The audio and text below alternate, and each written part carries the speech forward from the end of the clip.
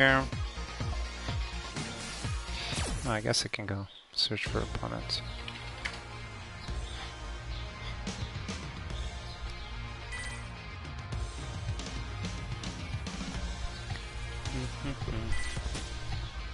Let's get a couple things ready.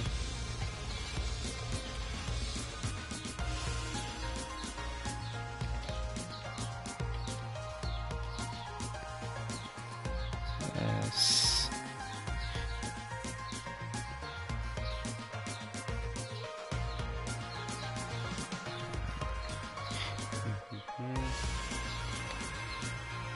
Put this here. Oops. Go, save. No, no, no. Don't start yet. Don't start yet. Okay, that will do.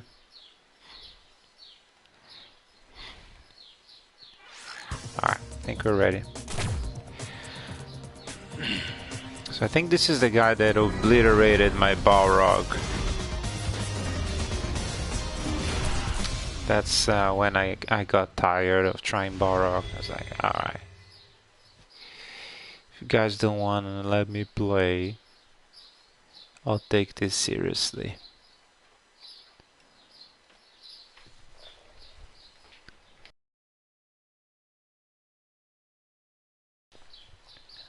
Street Fighter 5. Round 1. Fight. Yeah, that is the guy.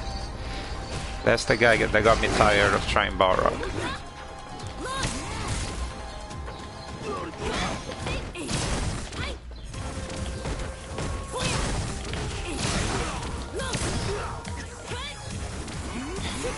What I didn't expect is that he was doing a lot of Tatsumakis and beating so much of what Balrog does with Tatsumakis. I couldn't believe Tatsumakis were so useful for that.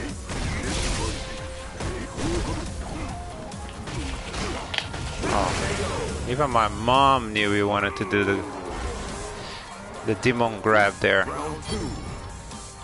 Fight. I guess random Tatsumakis is just a thing he does. I bet he plays Ken too.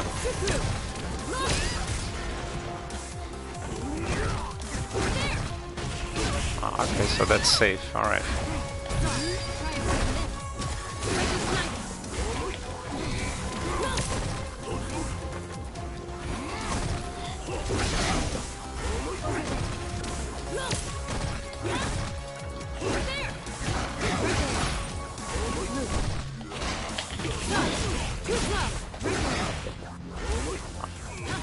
I think I smell a super coming.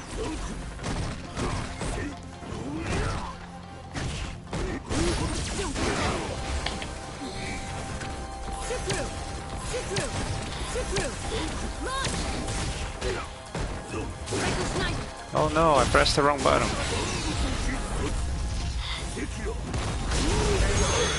My mom is the best sensu. Not sure if you watch regular show. I did watch a bit of, by the way, hello Gojira. I did watch regular show, not regularly, funny enough. I don't know if I remember that particular line, but also keep in mind I watched a bunch of it dubbed in Brazilian Portuguese, so maybe I lost the joke. I did watch a little bit in English on YouTube and stuff, some scenes, but the majority of episodes were dubbed in Portuguese. Against my will, if I could have chosen... If I could have chosen, they wouldn't be, but, you know.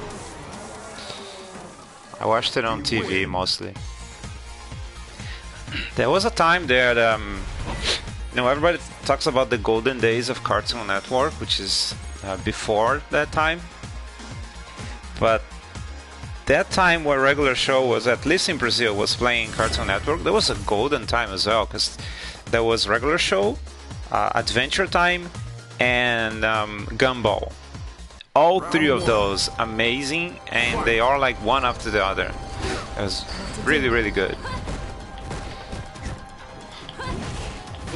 I was already a bit old and with a little bit too much things to do to spend time watching cartoons, but damn, those are good cartoons, man.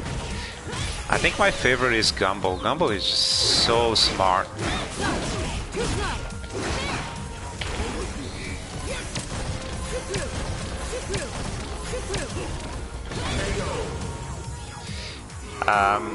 Muscle Man regularly says, my mom, and a son of Brazilian PT Dub can't dodge that. Muscle Man is the green, kind of fetish, strong guy, right? I don't know. I guess I don't remember too much. Didn't particularly like this character. Yeah, he really does random Tatsumakis. I bet he's a Ken player. Ken players are random Tatsumakis. You know, not all of them, but a lot of them. Nope.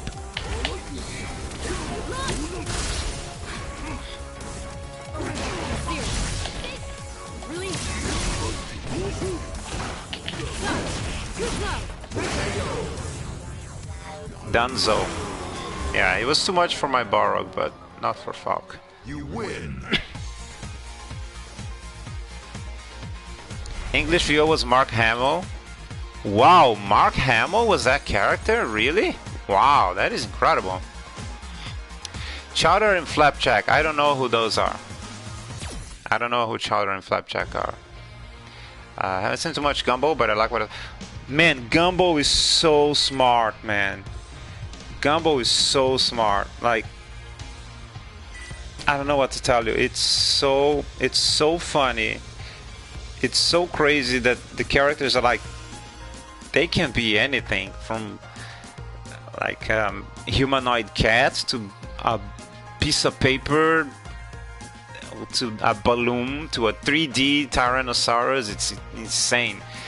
And there's a lot of adult jokes hidden in plain sight. It's fantastic. Like there's one moment, there's a character that is a balloon and he's very depressed. And so he's, that's the opposite of inflated. He's deflated and he's like crying in the bathroom. And Gumball goes to help him, you know, get his confidence back. But then it kind of becomes clear that he needs to blow in the balloon. So then he cuts to Gumball getting out of the balloon, of the bathroom with the balloon, now inflated and floating. And Gumball's like, let's not talk about this forever. It's so fantastic. Oh my god, Gumball is... It must be my favorite cartoon from the last how many years. And if I was to make a list of my favorite cartoons ever, I would really stop to consider how much I like Gumball against everything from my childhood and everything, because it's brilliant. Muscle Man isn't my favorite of mine, but he has moments. Yeah, Muscle Man is the green guy. Yeah, I don't like him too much, honestly. Mark Hamill is the white Yeti. Yeah. The white Yeti that jumps around. Skips is his name in English, right? Yeah, I think it's Skips. Yeah. The character is a little interesting, the fact that he's a tragic character. If I remember, he has a super long life. He might be immortal, I think. And if you really think about it, everyone's going to be dead and he's going to be left alone at the end. Chowder and the Misadventure of Flapjack are the two kind of later on in one season, but it was really good. Also, this is a different cartoon. Round one. I have no idea what you're talking about. I guess I have to Google after this fight. So the other character I wanna get, there's two more players I wanna get my revenge from when I was trying to play Balrog. One is a Vega player that plays with lots of jabs at close distance. And the other one is a Zangief player. But I guess I have to pass this auto first. It's a little tricky to catch. Oh, where did it come from?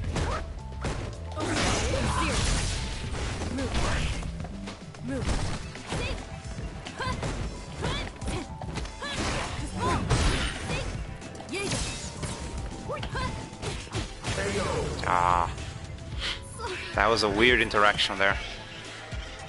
Round 2. Fight.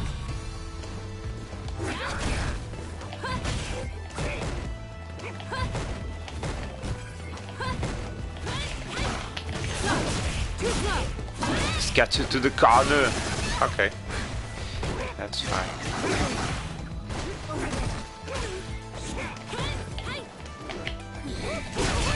What to do?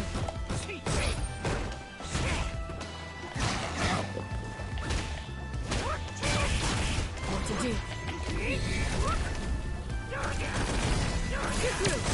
What a unique auto player, this guy.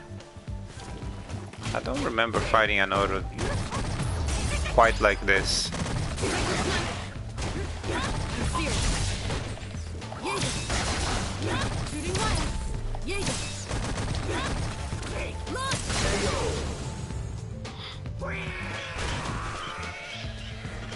Final round.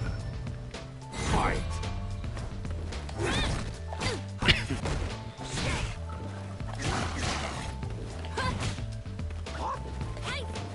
My original plan was to play and stream Streets of Rage. I wanted to do the survival mode and 2 or 3 players, but I couldn't find people to play with me.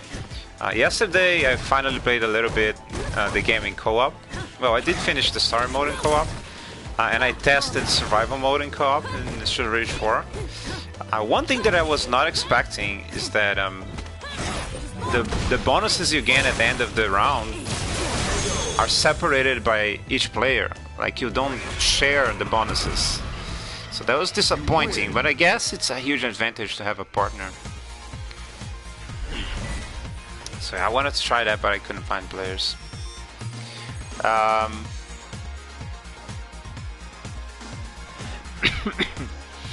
Alright, I want to Google that thing that you said there.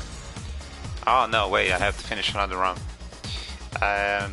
Sometimes Adventure Time had multiple seasons, I imagine you like it. Low flame rate ship, my favorite. Oh yeah, the ship. It's just Capcom again with their incessive feeling that the stages must have a lot of crap in the background. I cannot accept that. Like, I keep saying that. Why? You don't have to have random ship in the background. The stage would work just fine without the damn ship. Samurai Showdown has wonderful stages, very empty. You don't need all that crap. Capcom's just like, oh no, there's a little space here with nothing on it. We gotta put some random shit there.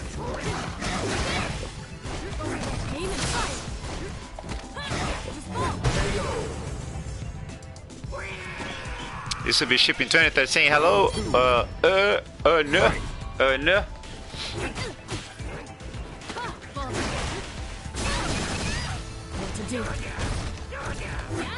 I wish someone would say Capcom, hey, it's okay for this to have a part of the stage with no characters in it. It's okay. Look, the stage would be just fine without the ship. We don't need the ship.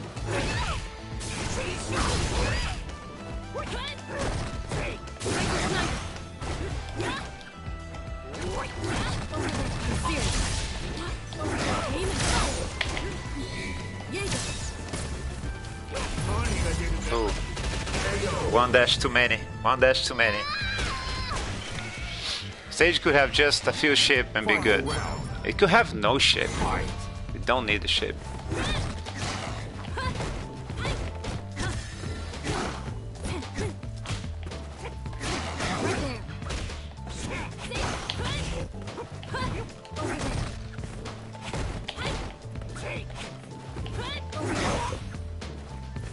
Uh-oh. Okay. That could have been a lot worse.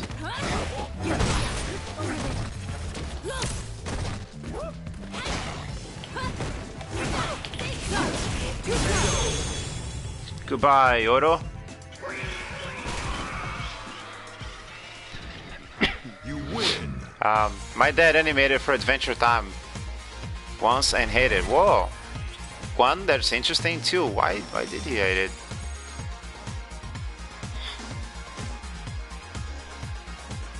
Wizards killing a bird alive.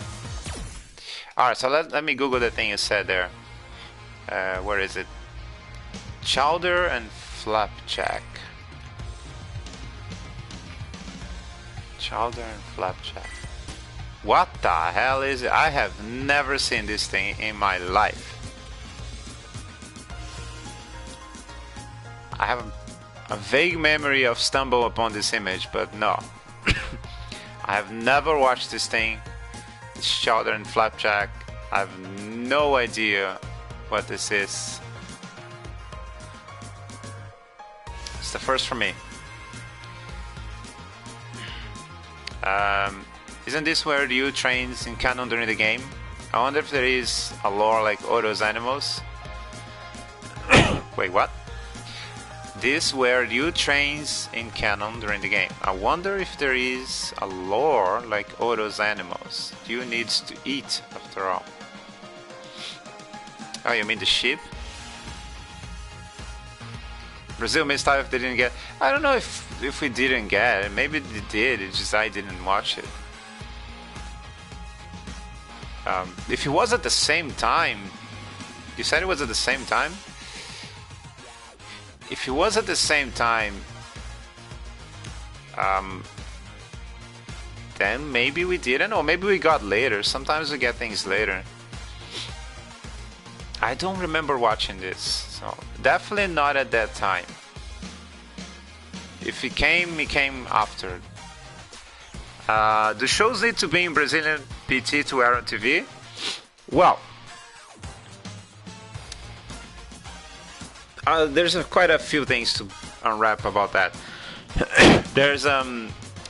There's constantly new laws that increase the amount of shows that you need to make in Portuguese, not just dubbed, but national shows. So you need to have a certain amount of Brazilian shows, like a culture incentive or something.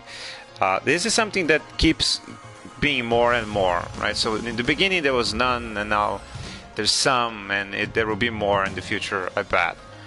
So for example, Cartoon Network was from time to time they were just showing some Brazilian movies, because we don't have cartoons, like one or other crappy cartoon. So they were just gonna show some animated movies or something that we had in Brazilian made. I guess there's some cartoons about a character called Monica, like from Monica's Gang, I think it's in English, which is big in Brazil. Then we kind of have some okay cartoons. But about the dubbing thing, I don't believe there's a law forcing you to show things dubbed, but it's more what people want. So if it's cartoons, if it's aimed at children, it's going to be dubbed. There's just no way around it. Because of course children only want the dubbed ones, and even adults, which is, I hate it.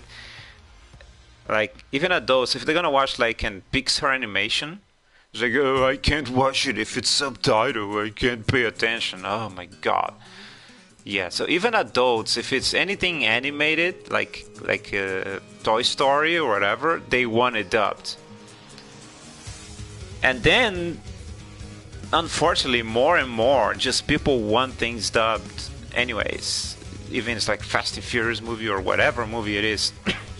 So it's not that the law requires, it's that unfortunately, Brazilians want things dubbed, and they dub it more and more.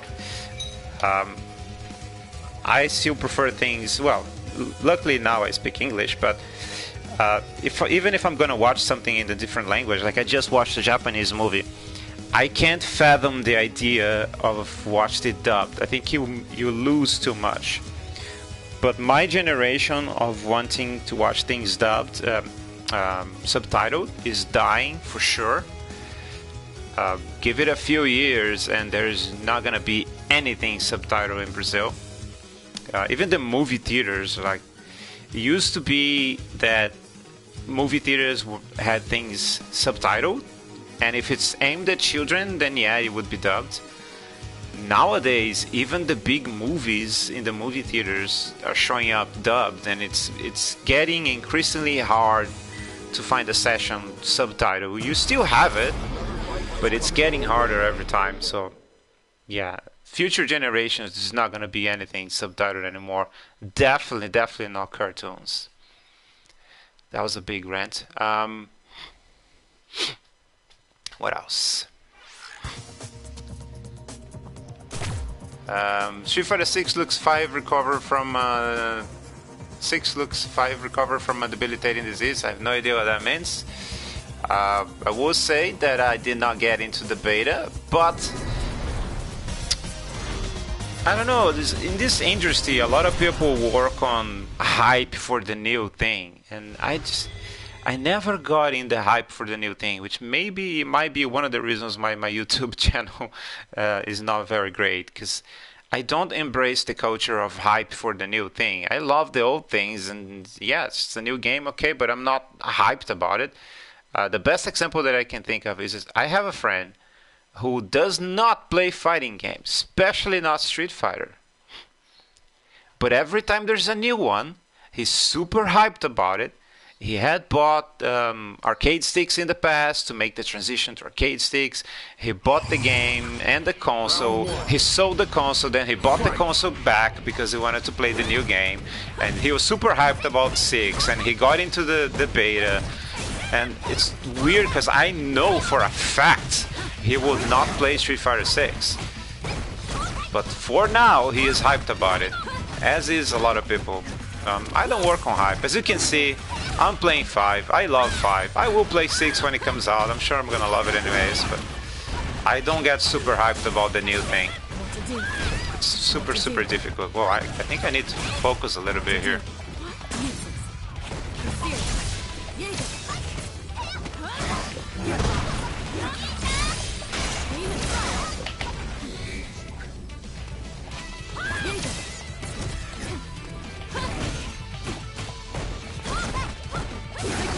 Nope.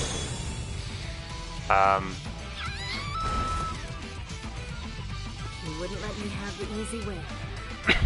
Let me select a conversation there to continue.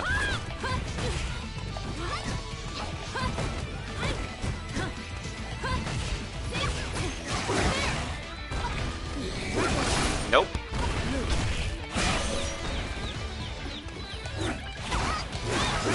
Oh, that was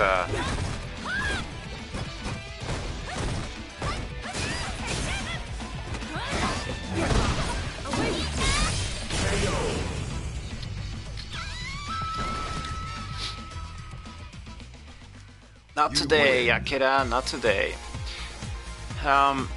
Let's go back. Brazil sounds like Canada on steroids. They have the same shit with regulations to make things in the country. Yes, except Brazil doesn't make cool stuff. Sorry to say, but when it comes to movies and TV shows, it's very rare that Brazil has anything good, in my humble opinion. There are some things, but it's not too much. Perhaps comic books, definitely music and stuff like that, but movies and TV shows, nah, they're just really bad. I can honestly say, even the best Brazil movies and TV shows, they're just okay compared to, I guess there are a few exceptions. There are a few exceptional ones, but in general, no. Canada, though, they have cool stuff, so it wouldn't be so bad. And it's not so bad because it's all in English anyways, but for us it means that it has to be Portuguese.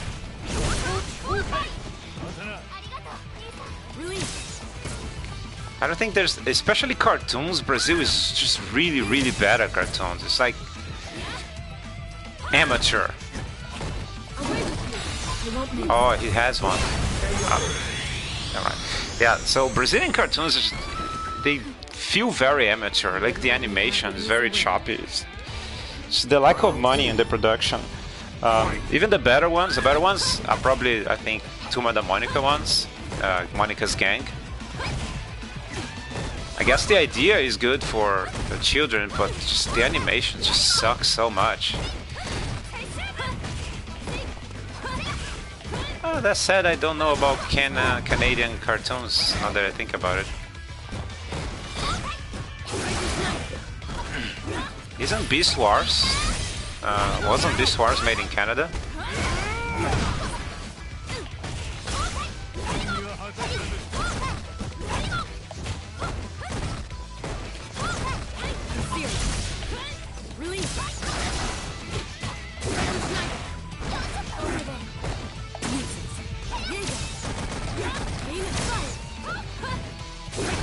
Oh shit, I really banked on that. I really banked on that.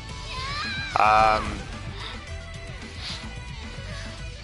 wish there were more direct stimulation for cultural exports, like how Canada's government funded Cuphead just to show off.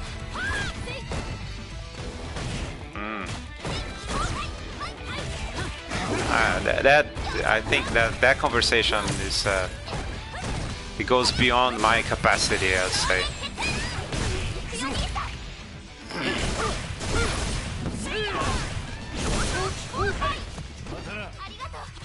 I'm not that well versed on culture stimulation loss.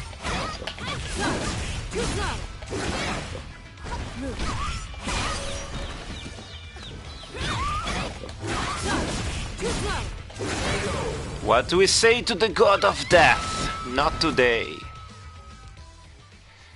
You win. I think Netflix has helped with making subtitles super mainstream, at least. Maybe Brazil will be more like English speakers someday. No, Brazilians, they increasingly don't like subtitles. More and more and more. When I was a kid, grown-ups watched things with subtitles. Now that I'm a grown-up, I see people around me choosing to see things dubbed. I cannot fathom that idea because I know it loses so much. And I hate that people keep using the argument, oh, it's because you speak English. And I try to tell them, yeah, but I watch Japanese movies sometimes. I don't speak Japanese. I still tell you, you miss something when you don't watch it. You know, I accept small kids, I accept people that have vision problems. But just a regular grown-up with good eyesight, just you missing too much. But anyways, I guess it's a matter of taste, but it wouldn't bother me if it didn't affect me, and it affects me in the movie theaters. Because it's getting harder to watch movies that are not dubbed, especially if they've had anything aimed at kids, like Marvel movies. I still find them, but it's getting harder. A few more years and there might not be any. If it wasn't for that, if you can choose, then choose whatever you want. But if they take it away from me, then I already have to deal with the subtitles that I wish I could remove the subtitles, but I refuse to watch anything dubbed. Allow grants works made in the country, not restrict and sale and airing, even they have subs or dubs in English. Yeah, again, I don't think they restrict. I'm not 100% sure, but I don't think they restrict the subtitles. I think it's fair if you can show subtitles or not. It's just, I think it's just a market thing. People want dubbed. I know the law. There are some laws that require you to show a percentage of things made in Brazil. But that's about it. I don't think they have any say on the dubbed versus subtitled. That's just unfortunately what people choose. Because taste is relative, but they are wrong. Just glad you didn't chase DNF Duo. I don't know what that is. I think it's a game. Oh, Vandun, hello. Is your casual fighting game friend someone who likes single player modes? He might love Street Fighter 6 based on that. I guess, yeah, sure. But he is first and foremost a dude that loves hype. Honestly, he gives up on games so much. It's so often. Best example is The Witcher 3. I remember visiting him when he was playing Witcher 3. He was so excited about it. I was like, wow, this game is amazing. And we had back then family share on Steam, right? So he could play my games and I could play his games. So I played The Witcher 3 from his account. And one day I wanted to talk to him about, you know, the last few missions of the game. He said, no, I dropped the game. I was like, what? You were the one that got me to play this game. So I don't think he's gonna be hooked on 6 based on the single player. I'm pretty sure. I think it's a strong word, but there's a good chance he buys the game. But as soon as the hype dies down, he's out of there. So many native languages are facing because companies can't profit from them. I'm Welsh and I don't even speak it. So many native languages are facing because companies can't profit from them. Well, that's definitely not what's happening in Brazil. People are too lazy to learn English and even to read the subtitles. Speaking of 6, Japan is awakening my inner bison. No, not Japan, JP. Man, I just noticed how that's gonna be complicated. A character named JP. I haven't checked them out. I was gonna watch the Vesper Arcade video talking about them, but I just never got around to it, and I got salty that I didn't get into the beta. Just because I thought it would be great content for the channel to play some Street Fighter 6, and I could give my impressions and I could stream, but you know, Capcom gods don't want me to play 6. I've been using another Psycho user in 2023. Wait, Van Doom, I said it already. You must play Marvel with Dr. Doom. You shouldn't be thinking about 6. Go play Marvel. Brazil used to make a few cool video games. Do they? You know, you're probably talking about the one with the outfits that they made. I forgot the name. I know that got mentioned around. I don't know. I guess I heard it's good. I didn't play it because fighting games, because it's a competitive thing, and because I don't have friends that play. It's very sad for me to play a fighting game that is not super mainstream. If I had my friends to play fighting games with, then sure, because I remember playing a lot against friends, all sorts of fighting games. But now I depend on online. And like Samurai Showdown, I got Samurai Showdown and I barely played because I can't find opponents. I got King of Fighters 14 when it was kind of old, and I barely played because I couldn't find opponents. So it's difficult for me to think about playing another fighting game because I'm just gonna get frustrated and sad.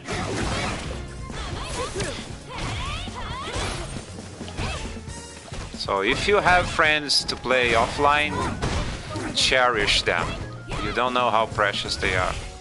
I wish I still had mine, but they all became too grown up to play video games, or just too poor players to play against me, so now they don't want to play it anymore, or just they switch to other genres.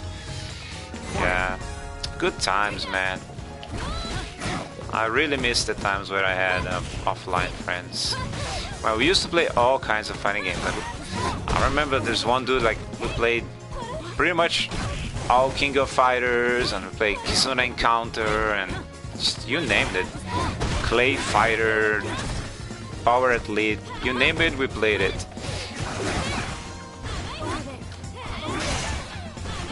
But when you depend on online, it's sad. Oh yeah, you're gonna be chipped. You are going to be chipped. Oh no, I wanted to chip him.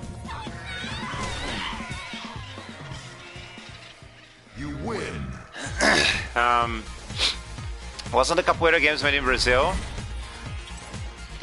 Oh yeah, there's the Capoeira games. Yeah, yeah, those are kind of cool. Those are kind of cool. Yeah, you know what? I might be going on your side now, that thinking that Brazil does make good fighting games. Round one. You're raising some good points there. I think we do know our stuff, fighting games, and of course, when you talk about Brazil making fighting games, you can't forget that fantastic card game based on fighting games called Arcade Champion, which is also made by Brazil. Just going to revolutionize card games forever, so we can't forget that.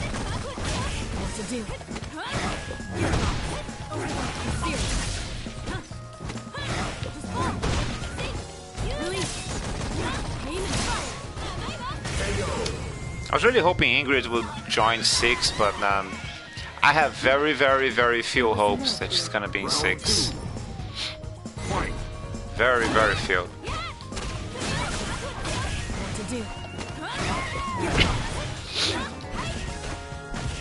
I think it would take Capcom selecting a new project manager for 6, and he just so happens to be the biggest Ingrid fan. That's the only way I can see her joining the game.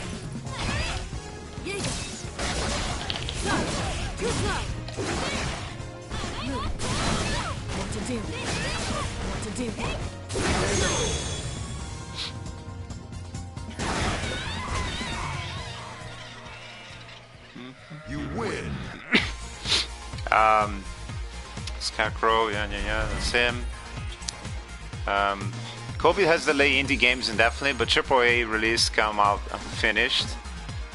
Speaking of COVID, I had COVID this December, which is why I've been away for a while.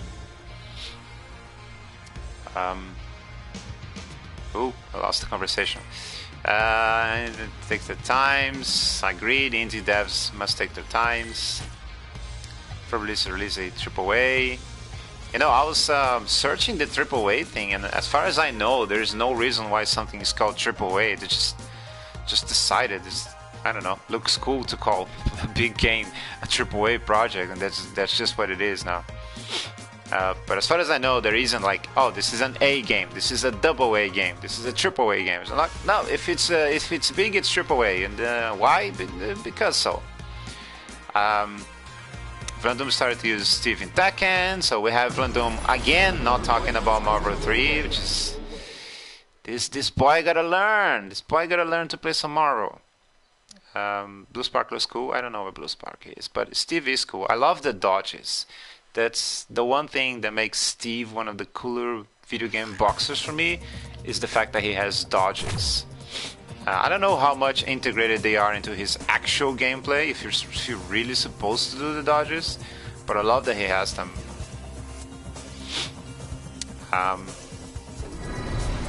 Cool move to get interested in Tekken. Happens to have a dozen cool things at least. You guys are making me want to play Tekken now. If I play Tekken, you guys better watch. Don't let me play Tekken alone. Kazuya, I want to local play Tekken 7, Tekken 3, play Warang, Western 7, so I got match Tekken Bow at least. The Mishimas, I do training Tekken, recommended about what else? Casual friend doesn't sound loyal, it supports the industry. Wait, I lost about the casual friend there. Round one. I have to go back to that after I finish this Ryu. Oh, I think I played this Ryu. Who I was using?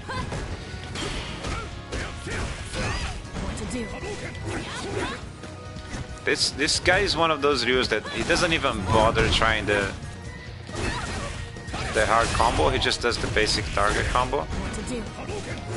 I guess it's my fault for getting hit by it.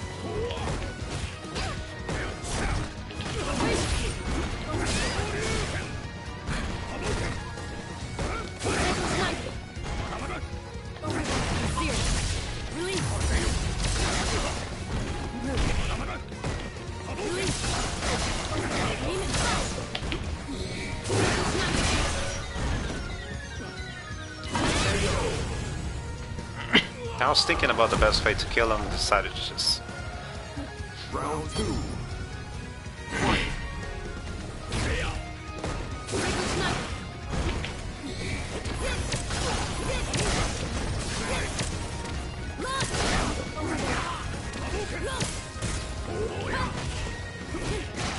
Ah, I could have done more than that.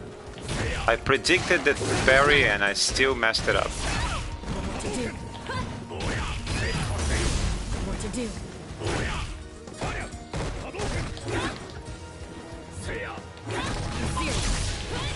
Release. Release. Release. What to do?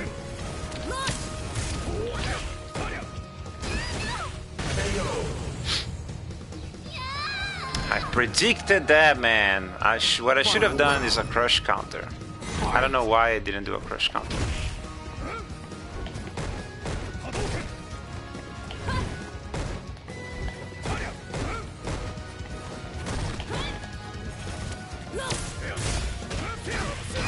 What to do? It annoys me so much when people just do the basic combo. Have the decency to do a max damage combo against me at least.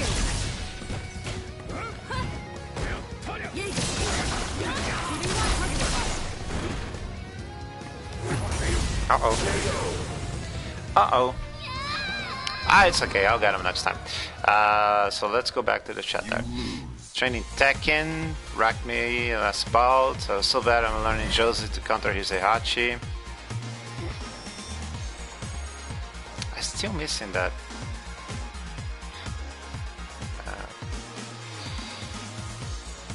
You really missed Street Fighter 6 beta twice? Cap gods don't like you. No, I think they know. They're like, you know what? He must play Cammy. We shouldn't poison his experience with other characters. Let's wait for Cammy, and then we'll let him join. That must be it. That's the only explanation.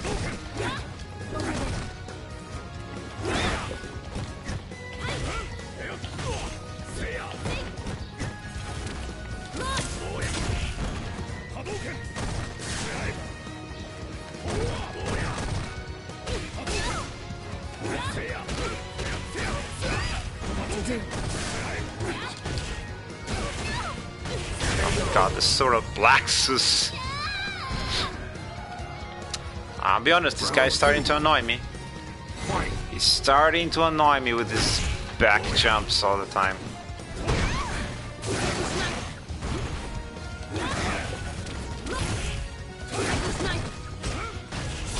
He wasn't in middle.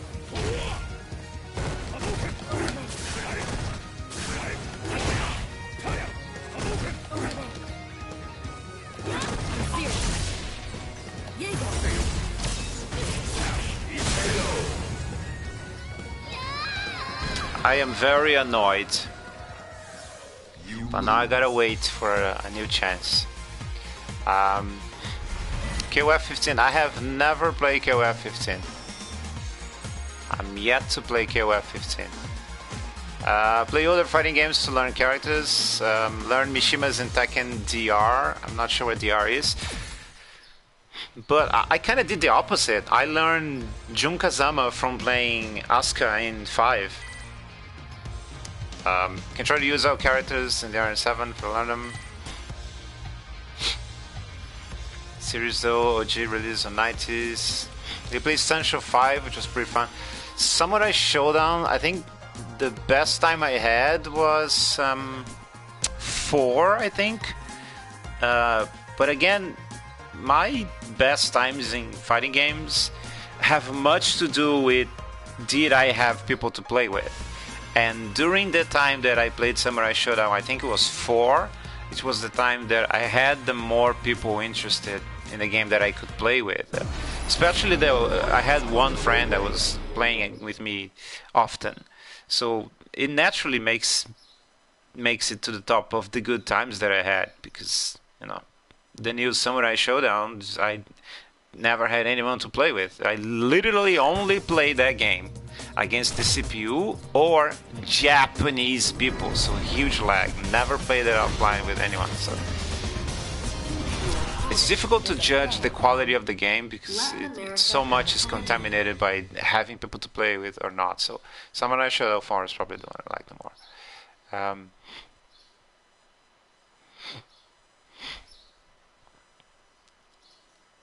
Arcade Champion, tell me more, because the sponsorship. Yeah, that was oh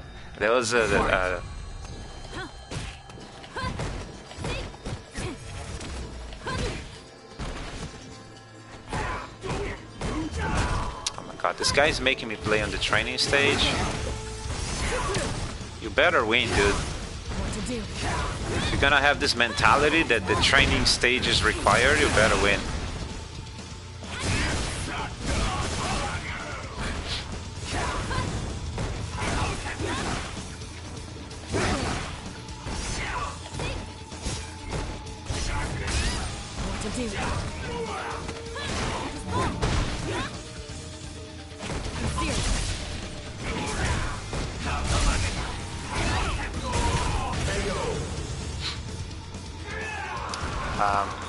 You should have it on a description and about page.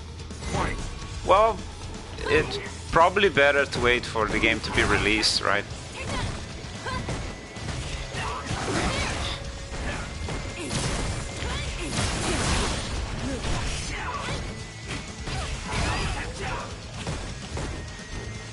For now, I'm just doing exactly what I said that.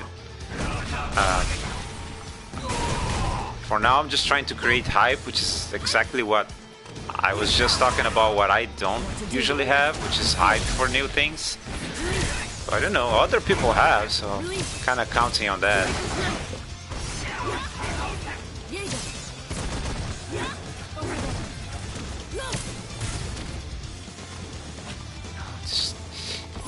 You know, we both know you're gonna lose this. It's just making this take longer. Just die quickly. Make a channel with a teaser trailer or something. Oh, again, it needs to be completed, right? But I also don't trust me to do the teaser, because I think I'm probably gonna have to hire someone, because I saw one for a similar project and I was like, this is incredible, but I cannot do this. So to do the thing justice, I think I'm gonna have to have someone else do it. I hate people that are clearly gonna lose, but they just run around so much and it takes forever. Just come and face me, dude. What to do?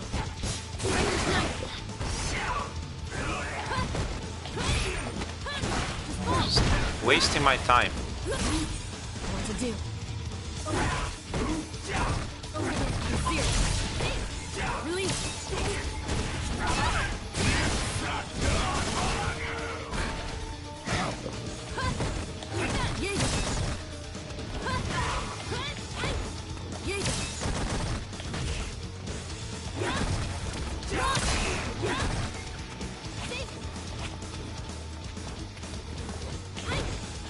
Oh my god!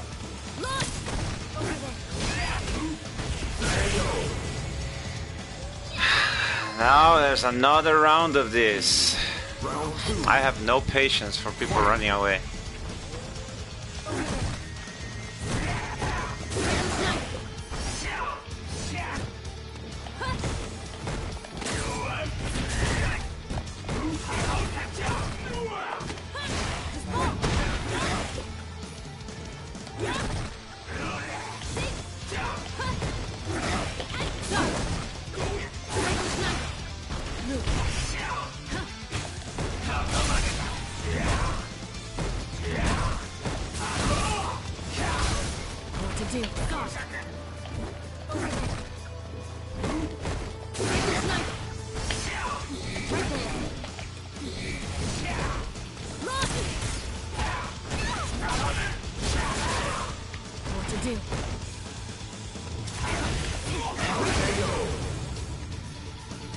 This is gonna take forever.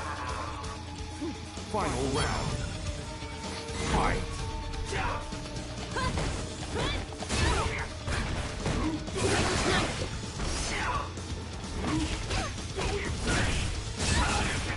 What to do?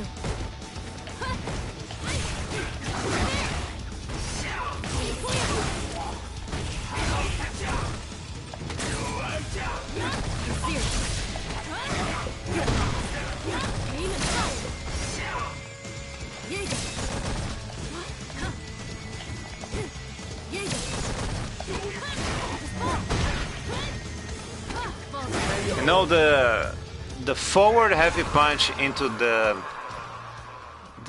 Win. crouched fireball. You know why that's so effective? Because people are holding back so much that after they block the thing, they want to walk away, and that's when you get them with the sweep or with the ground fireball. That's why it's so effective. I have no patience for running away. If you're gonna run away, win. If you're gonna lose anyway, don't waste my time. I refuse to let Marvel to simply use Doom with other Spider-Man and his mid. I will pretend you did not say that, Gundam. Let's move on. Foot dive. Edu wants the foot dive spend? Yes. After that, Marvel Capcom 3, Edu has to learn Tekken 7 on PS4. Well, give me Tekken 7 on PS4 and I'll play. How about that? Give me the game. You can give me the game. I'll install it and we can play. Why PS4? Because he has it on PS4. Outside of my PSP. Wow, you play on PSP. I have Tekken 7. Yeah, I have it on PC. Mainly learn my characters through PSP. That's weird. Then again, I suppose it's not so bad. I played Metal Gear on PSP. It was a horrible experience, but you kind of need to control the camera and the 3D. That was my problem. Maybe in a fighting game is not so bad. I don't know, but I don't like portables. It's not my thing. After my comes Tekken 7 because everything's so weird. Tekken 8 looks weirdest of all. I haven't seen it yet. A wild bounce on Ender. If you want people to know about it, it helps have a small amount of free marketing. No harm in a link. I guess we're talking about Arcade Champion.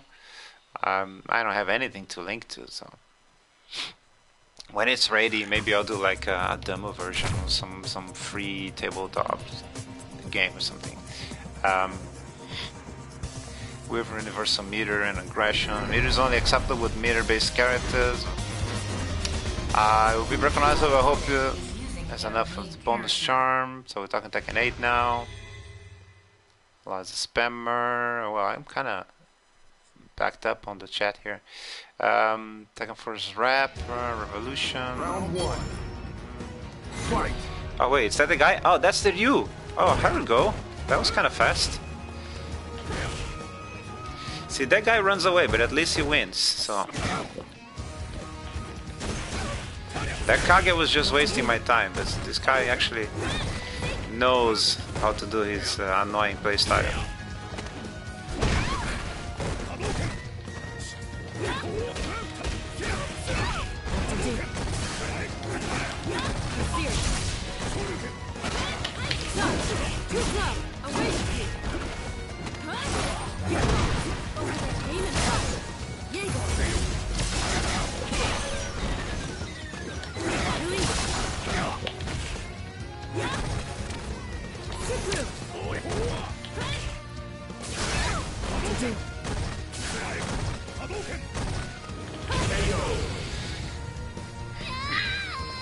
One of the things this guy does is just this jump roundhouse.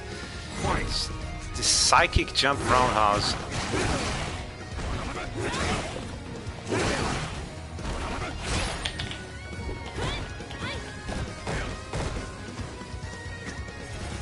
You know, I'm just not gonna go to him anymore.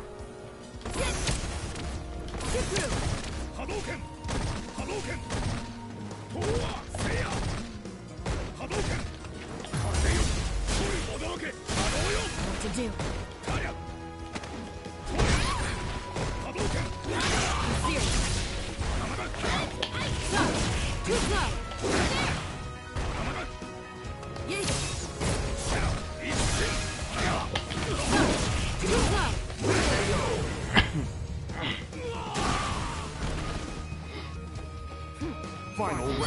think that's the key. Don't unnecessarily go to him.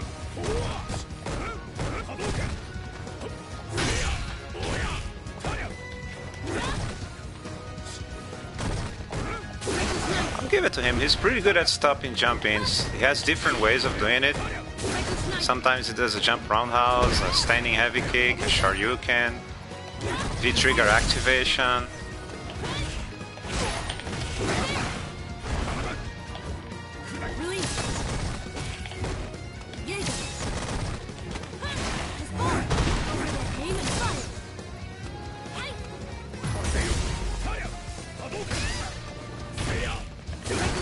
Oh shit.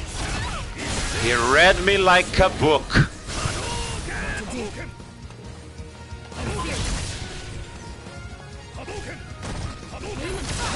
Oh.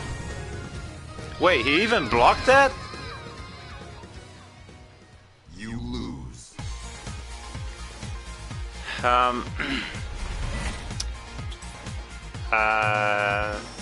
You want me to give you the game? If you want me to play in PS4, it's the only way it's gonna happen. Smash Cut never had a problem with annoying stages. As you always have alternatives. Tekken should be the same. Stages in Tekken 4 are my favorite. Round 1. Fight.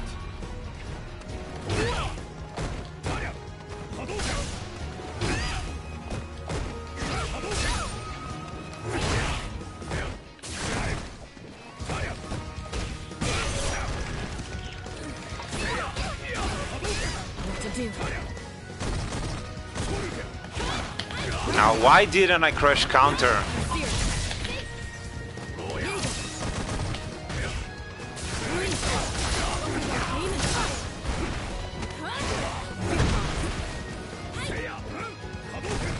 If I jump, he's gonna V-trigger activate. Wow!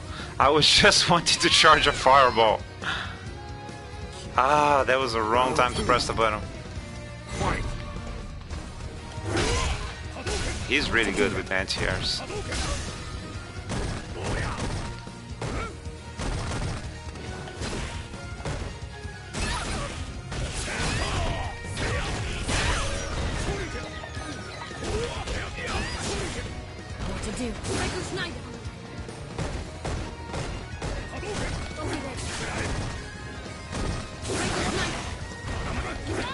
When I played you, I lacked this instinct of when to do an EX fireball. I see so many Ryus doing fireballs in moments that I wouldn't do. It's like they can predict the right time to do an EX fireball.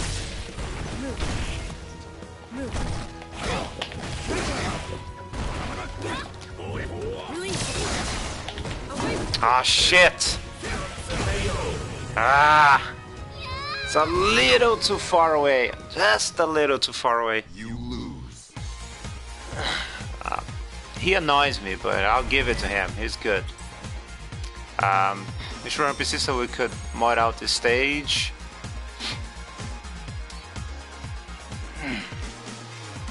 I don't know if you're talking about how Vlamdoom should be playing Tekken on PC, or I should be on PC. I am using my PC that where I have Tekken for the stream, so I could jump into Tekken if I thought people were gonna watch, but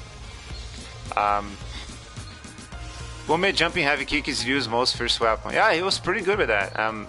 He annoys me the hell out of it, but I'll give it to him. His anti-airs were very good. The jumping heavy kick, the standing heavy kick, the shoryukens, V-trigger activation to shoryuken. He was on point with the anti-airs, so I'll give it to him. Synergy was like some Smash stages, Tekken 4. I always think about the barking stage in Tekken 4. That was just fantastic. I love that stage. Gotta start getting dressed for work. You guys working on Sundays, bro?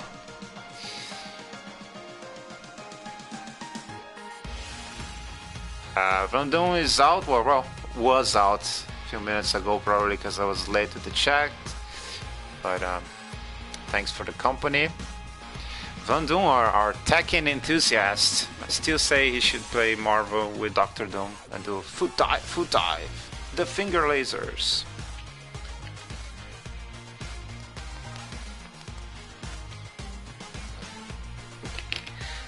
Yeah, it's boring to me to play Tekken because again I don't have anyone to play with. I just have to go online, and for the online Tekken world I'm just a noob. So if I go online and I try to stream, it's gonna be me losing a lot, and that's not good for views. Like it or not, the streams are here for the views, and it works better with Street Fighter. I wish I had at least someone to play with, someone more on my level. That would make for something more interesting to watch, I guess. But it's probably not very interesting to see me getting my ass kicked all the time.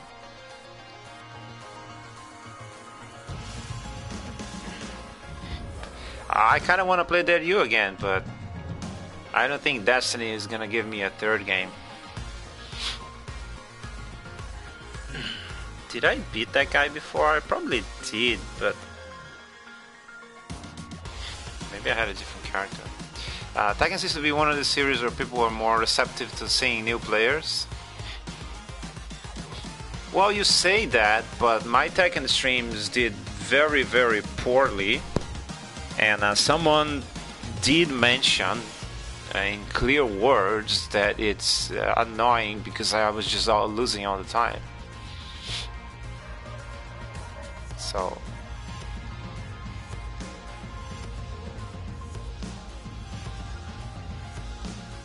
I get it.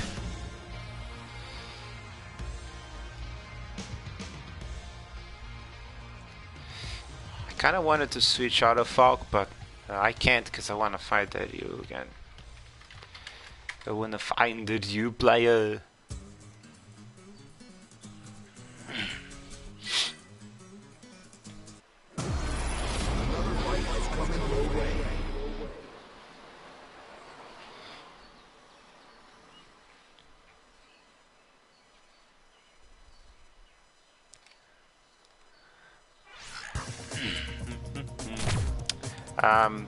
Maybe the in-person experience is very different to the streaming experience. Oh, definitely, definitely. It's one thing is to be with your friends playing, and a completely different thing is, do I want to waste my time watching this person play?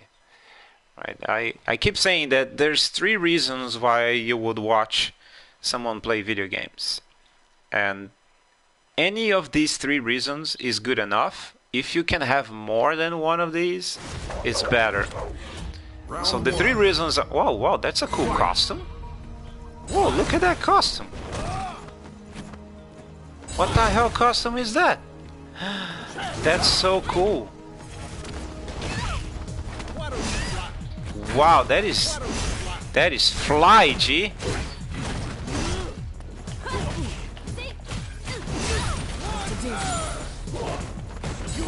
I'm distracted by G's awesome costume.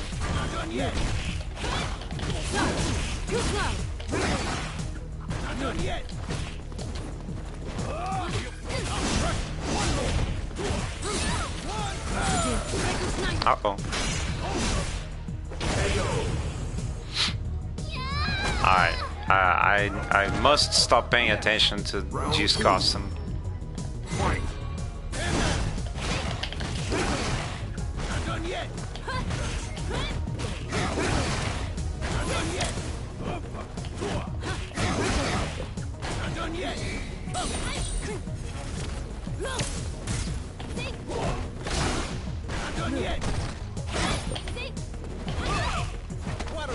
I thought about doing the EX thing. Changed my mind at the last minute.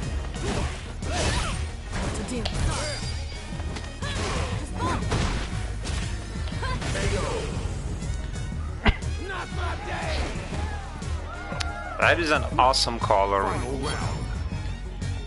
Really cool. I'm surprised I haven't seen it. There's still stuff in the game I haven't seen it.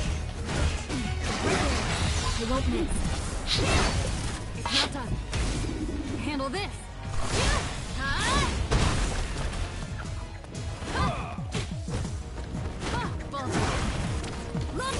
to do. Nope.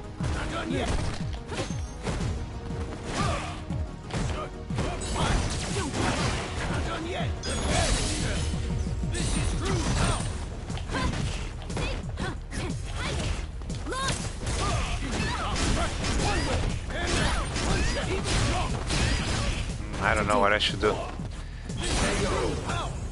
Okay, lucky. That was a 50-50 situation. So I was saying the three reasons that I believe, the three reasons why people will watch someone play. One is skill. You know, if someone is very skilled, then you want to watch. Another reason is just if someone's pretty. A lot of people just make their live streaming just because they're pretty, they're good looking. And another reason is just because if they're funny, entertaining. So if you can be any one of those, I think it's enough. If you can be more than one, it's even better. So, seeing this, I'm not pretty, and the jury's out on entertaining. Having no skills doesn't help.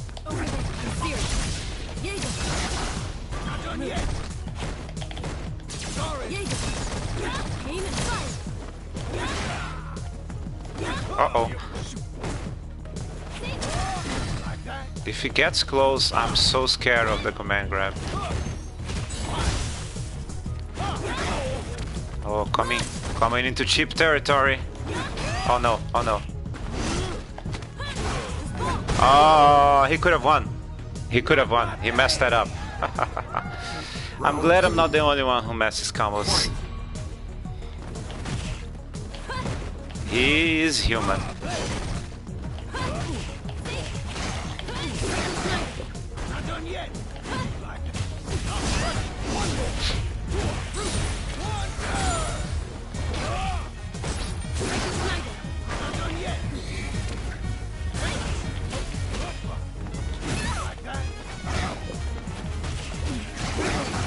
Oh, my boy tried to grab from a million miles away.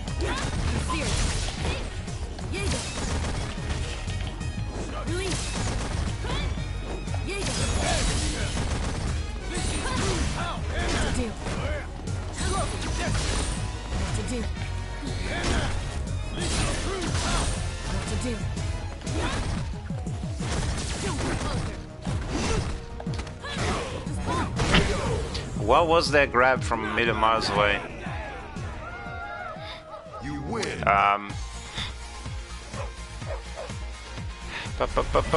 Haven't seen Jin in ages. I fought G this week actually.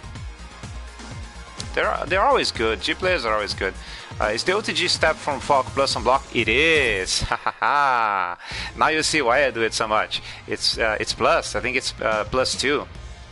So yeah, it's a fantastic pressure move. That's why it works so well, because people block it and then they try to punish and bam, combo time. It's definitely plus on block and OTG. 2 rounds from 2 throws. Yeah, I don't know if you're talking about throws that I did or he did, but I am terrified of Gaia throw. Terrified. It's just the worst situation is if you coming up and G's right next to you. So because G can just turn the fight in a second. One wrong Gaia throw or guessing wrong from Gaia throw and it's over. Whoa, MurkySwamp is telling me to go Falke myself. Wow, MurkySwamp, really? Really, MurkySwamp? Falke you, MurkySwamp. Falke you. Thanks, bro. Welcome to the stream. MurkySwamp reminds me of Swampert from Pokemon. I've been playing lots of Pokemon Go, by the way. Does anyone play Pokemon Go still? What? Oh, this is another G, I just noticed. 2 Gs in a row. No, I can't lose now. MurkySwamp believes in me. I can't lose. This is for MurkySwamp. I can't lose. I can't lose.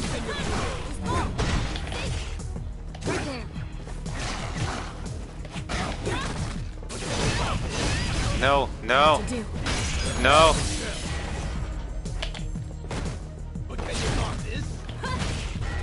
Oh my god. Yes! Go Falke yourself, G. We gotta be very careful when we pronounce this sentence. Make it very clear that we're saying Falke. Go Falke yourself, G.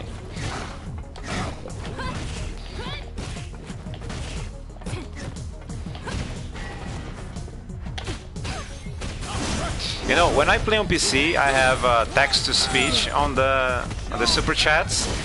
I am afraid how the text-to-speech would read that.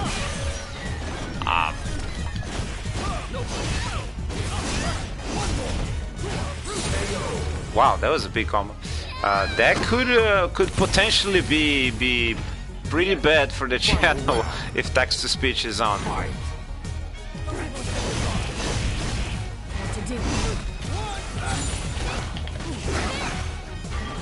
Why didn't I do the super? Why? Why am I an idiot?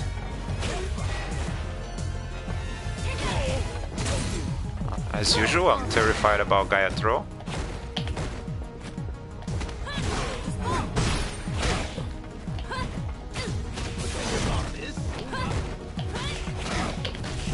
Oh, you're dead! You're dead! Yes, MurkySwamp! We got him! We got him! The Falke needs to be... The Falke needed to be plus. The move already has OTG utility, but it's useful when they are standing though. That move is good because it's plus. If it wasn't plus, it wouldn't be good. The reason that move is good is the frame trap. The OTG is not that useful because there's the wake up options. You rarely get a good OTG moment from that. The only reason that is good is because it's plus. If you take the plus, it's nothing. It has to be a frame trap. Well, there is one thing that you can do with that, which is you can end your combos in that to knock them down closer to you. You sacrifice a lot of damage, so I don't know about it, but I guess you can do it. I'll show you on the training.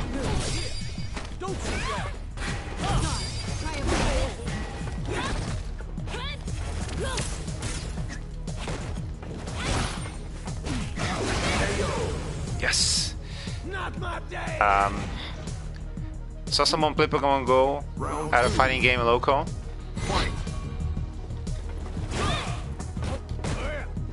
Yeah, I got into again, but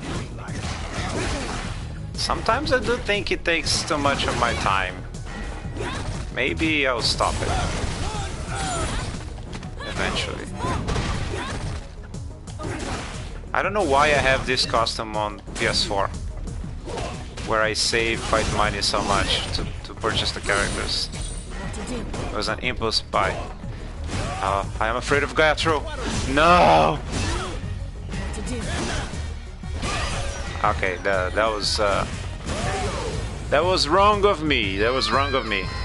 Capcom really included Urien and Falke in the same game to mess with people. Oh yes, that's a good point. That's a good point. I mean, I seriously worried how the text-to-speech would read that.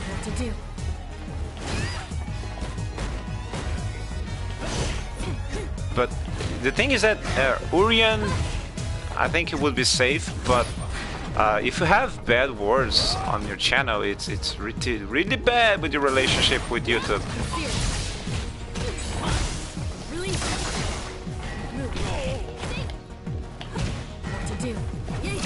That anti-air, bro. No, no, no. I'm afraid of the grab. I'm afraid of the grab.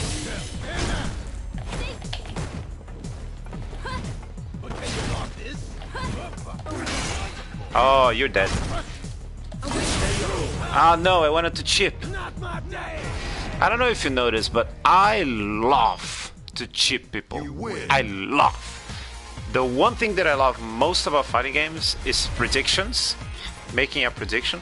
By the way, I am kind of worried that MurkySwamp took that as an offense when I was trying to play him, because it hadn't said anything after coming here.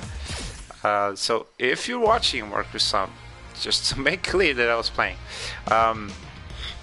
So the one thing that I love the most, my moments of fighting games are wonderful. That my James Chang moment is predictions. I love predictions. I love to predict. If I can predict what my opponent is gonna do, and it works out, that's when my eyes light up. It's like, oh, fighting games are wonderful.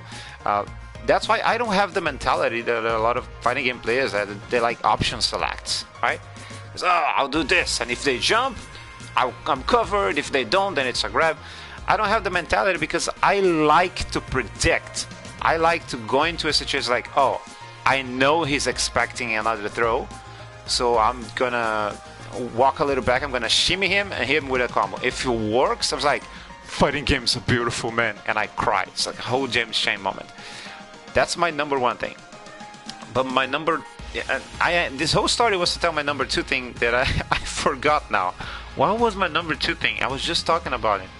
Oh wow, I got into a tangent with the number one and I forgot the number two. What was it? It was something that happened in that fight. Shit, I forgot. Hopefully someone was paying attention and caught a glimpse of me talking about my number two before I went into a tangent on the number one and completely forgot about it. I know you weren't into main DMC much more, but Urizen in DM5 as well. Wait, there's a character named Urizen? Urizen? Wow. You know, fun thing. A lot of the names in the Star Wars lore, especially the expanded lore, but even in the main lore, they sound nasty in Portuguese. Like a lot of them. Way more than it's reasonable to accept.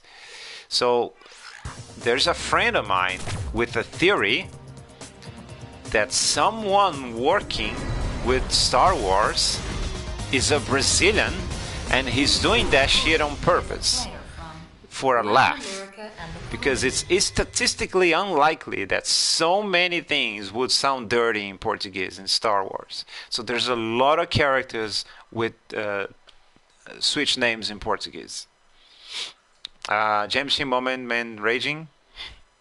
Wait, James Chen rage with Taken? What? I've clip that, please. Send the link of that. James Chen ranging? Round one. Fight. Oh, it's the Chi with a cool outfit again.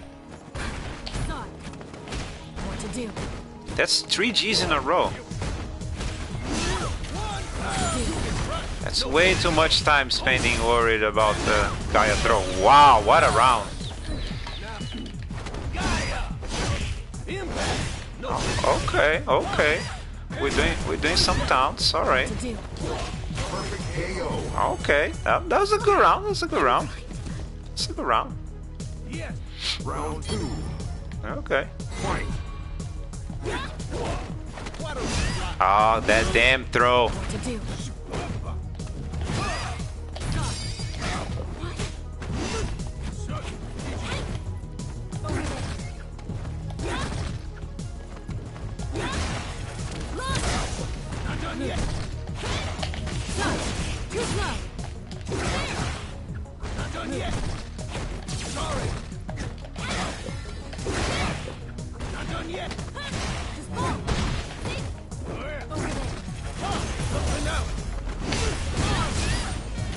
Oh, he got the other one now.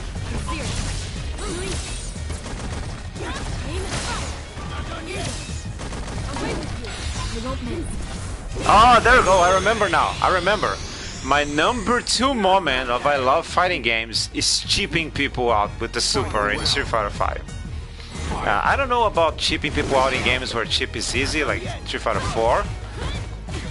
But I love in 5 when people activate V-Trigger, because they have this instinct of always using V-Trigger, and I penalize them by chipping them. I love that. Oh, I got saved by the mine. Bad. I got so saved by that mine there. What to do? Release. Psycho sniper. Not done yet. Shooting out. Not done yet. Just fall. Aim and fire. Like that. Psycho sniper. Oh no! Oh no! Well, that was a good fight. MurkySwamp did not get offended. That's good. Drinking Russian wine. Russian wine. You know, I'm not a drinker myself. I never, ever drink for fun. Like, oh, I want to drink a beer. It never happens. I drink socially. But from the things that I drink, wine, red wine, is one of the things that I enjoy the most. In terms of beers, I'm very picky. I like Heineken and anything that tastes like Heineken. So in Brazil, there's a surprisingly, how do I say, there's like a brand in Brazil. There's not super mainstream, and they had some wacky commercials in the past that kind of make you not respect it too much, but it's surprisingly good because it tastes just like Heineken. And I absolutely hate Budweiser. It's just horrible. I cannot fathom how people drink. Oh wow, that was great. Yeah, but wine is one of the things that I kind of dig, but again, never ever in my life I'm like, oh, I'm alone, I want to drink a beer or wine or whatever. Only at parties. You know, socially again. Wow, that was so freaking far. Wow. No, this guy is playing really well. He really adapted.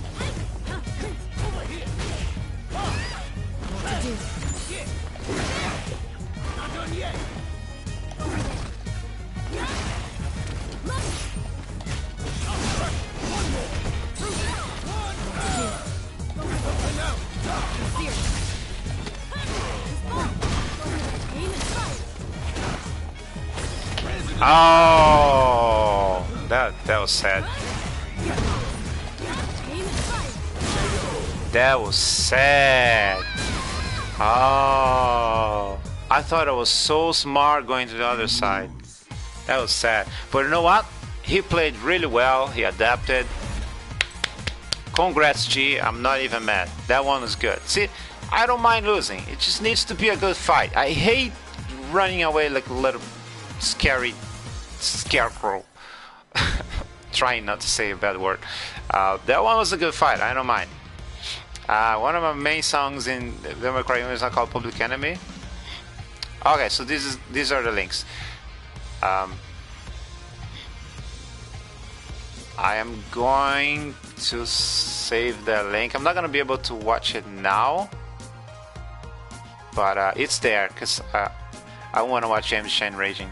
I know James has done tons for the community, possibly before my time, but he had these moments pretty recently in Tekken 7.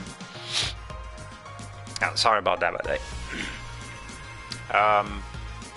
I'm curious about that now. But I have to switch headsets to listen to that.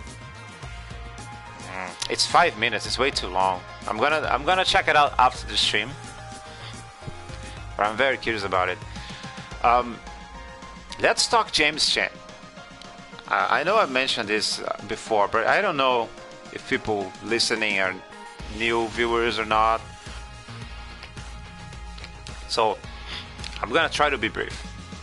So I think James Chen is annoying, and it feels like he narrates with way too much emotion and not enough knowledge. It makes me think that he doesn't know what he's talking about. But then I saw him narrating What's that Street Fighter game? Anthology, I think it was the name. The one with have all the Street Fighter alphas. And when he was narrating the old school games, there was so much knowledge, so much about frame traps and combos and optimal stuff. I learned so much from that stream. I was like, wow, James Chan actually knows his stuff. He can actually be a super entertaining narrator who knows his stuff, who talks about the technical details. So it's not lack of knowledge, it's a choice that he makes for current games to be more emotional, more sports narrator, where it's like, oh, every player is a fantastic player. You know how they narrate sports? Everyone is incredible and they have this great personality. They're so aggressive. It says nothing. It's a bunch of nothing, but it's a choice because he actually does know it. So I don't know about James Chan. I was pretty clear that I didn't like him, but when I saw that tournament, I was like, no. Turns out he can actually be great. So with James Chan, it has to be moment to moment. He can have one very annoying moment where he doesn't say anything, and he can have brilliant moments as well. So I don't know. But the one thing I did not know is that he rages. I thought he was just too emotional. But raging is a new thing, so I'm very curious about that. But yeah, he's not my favorite narrator by far. I think he lacks... Yeah, again, some years ago I would say he lacks technical knowledge, but now I don't say that. He lacks, I don't know, the will to talk about technical details in current fighting games. But when he goes old school, he becomes very technical. And I don't believe he doesn't know the new games. He just, he chooses not to do that. I like others that are a little more technical. They, I think, balance more the emotion plus technical. Because what I want from a narrator is I want him to be emotional, but I also want to learn from it. I want them to say that this is a frame trap, to explain, oh, this was so good because, he was +2 and whatever. I want to learn, and yeah, the emotions are cool. But sometimes it goes a little too far into the emotions, but, other times it doesn't, so I don't know. I wouldn't put him in my top 10 narrators, unless we're talking old school games, then yeah. Alright, that's enough James Chan. He's a good guy, but he's too much of a good guy to make it my top 10 list. He needs to be a little more cold and technical, I think. But Rage I didn't know. I like cheap kills, but even more like that, I like cheap survival, because where you can't block and you need to read your opponent's early move. No, it wasn't about reading. Sometimes you just couldn't do anything. Like someone knocks you down and you wake up into a fireball. There's nothing you can do about it. So that's not interesting. I like in 5 because, again, it's that thing that people need to learn. The new players, they need to learn that you have to think about the chip. So sometimes some characters have amazing V-triggers, and these players who are learning, they're kind of good, but they're kind of good because the V-trigger carries them, and they must always use the V-trigger, and they don't think about the chip. So I love the moment where someone activates the V-trigger just because they want to carry, they want the V-trigger to carry them to the end of the round, and then I chip them with the super to make them realize that it's not as simple as V-trigger will always carry you. I love that moment. Round 1. Fight. Oh my god, this is the one that runs away. Maybe I don't chase him. I'm just gonna wait here.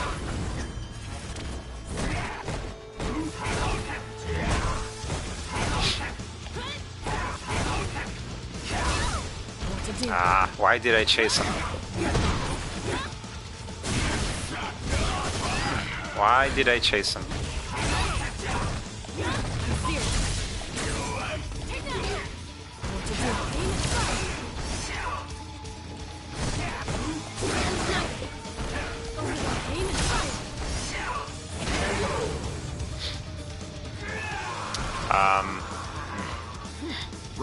Caratrolls from G. Oh, were those Caratrolls? Could be. I'll say that I don't know G to know about the possibility of Caratrolls. If those were Caratrolls, that explains why they were so far. But something tells me they were not. They're just really far. Just really have a good range.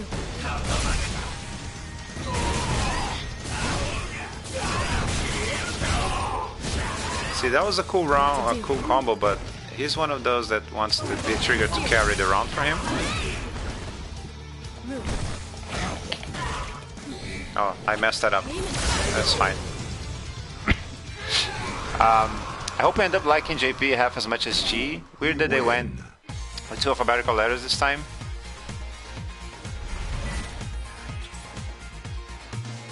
You guys are making me want to check the JP video. James Chan wrote guides for a lot of those older games. He comes off more as a color commentator for later games, I think. Wow, that is just perfect, Gogeta. You just taught me how to explain something in 4 lines instead of 3 hours of speech. That is the perfect definition. But I don't believe for a second he doesn't know the technical side of new games. I used to think that, but now I don't think that. I think he just chooses. Maybe because it's older, it's like, oh, nobody knows this. And if it's new, maybe he thinks everybody knows this, which is not true. People don't know it.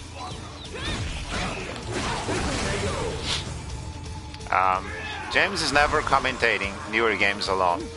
Well, yeah, but nobody commentates newer games alone, right? That's no reason not to be technical. Another one I don't like is Seth Killian, but Seth Killian is not narrating anymore. But I did not like Seth Killian for the same reason. Seth Killian sounds too much like an ESPN sports narrator, and in sports you often say nothing. You just say the obvious thing, you know, every player is amazing, if they're doing well. I don't like speech that says nothing.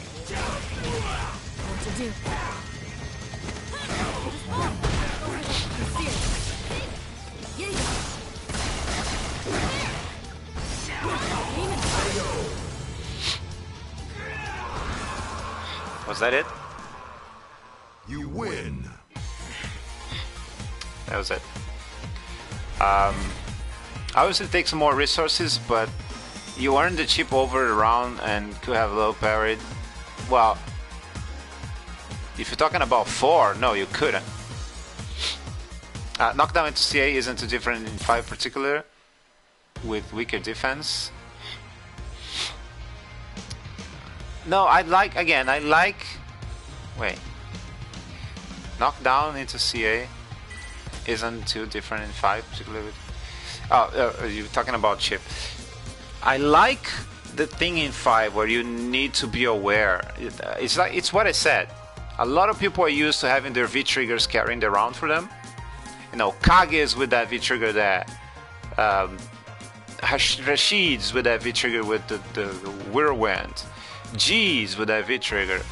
They're very much used to V trigger will save me, and they don't think, oh, maybe I should save a little bit to avoid a chip.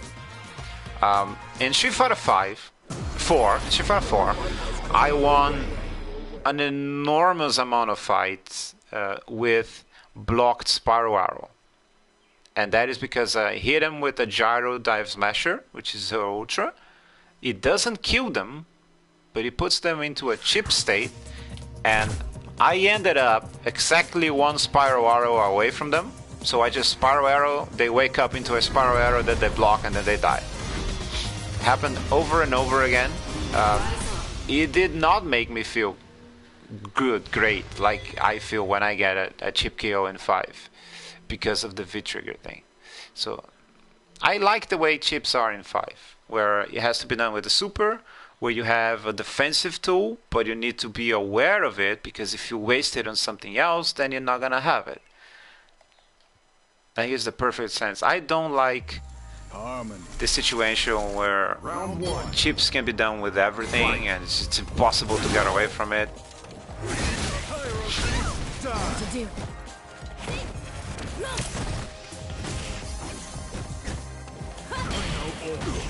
Oh, I forgot.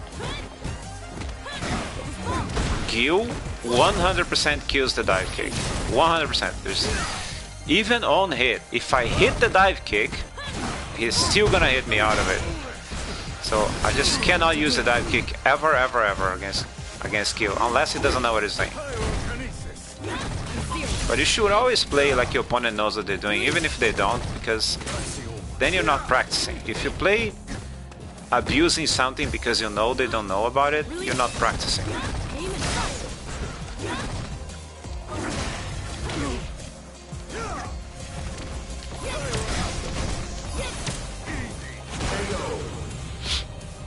Which is, that is actually a very hard advice to follow, my own advice. You know, when you notice your opponent does a mistake, a clear mistake, and he's gonna keep doing the mistake, but against a regular person that wouldn't work, that would be super bad for you. Having the capacity not to exploit that because you know it doesn't help you in your training, that's easier said than done. But I 100% believe that's the case. If you know a move is negative on block, you shouldn't use it even if you're fighting someone who's not punishing it. Because what you're doing is you're creating a bad habit that you're gonna regret when you fight someone smarter.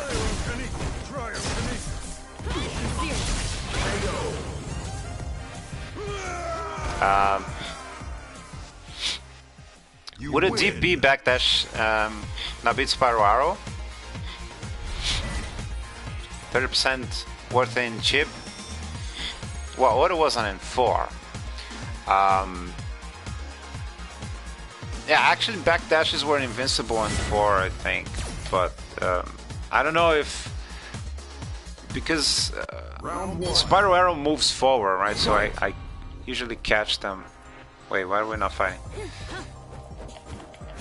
EXTP would beat it, but... So what's going on, dude? Alright, I think... Okay, we're fine.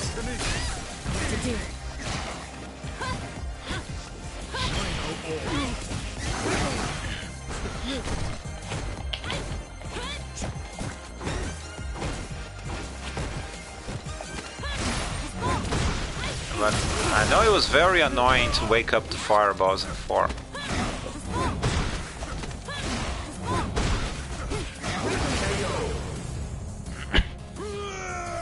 You can't block anymore and fall down, and Gaio throws a million Sonic bombs at you. There's just... That was hard.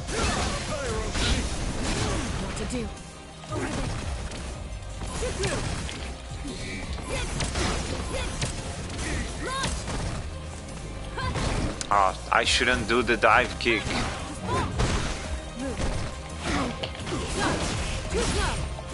Bad habits.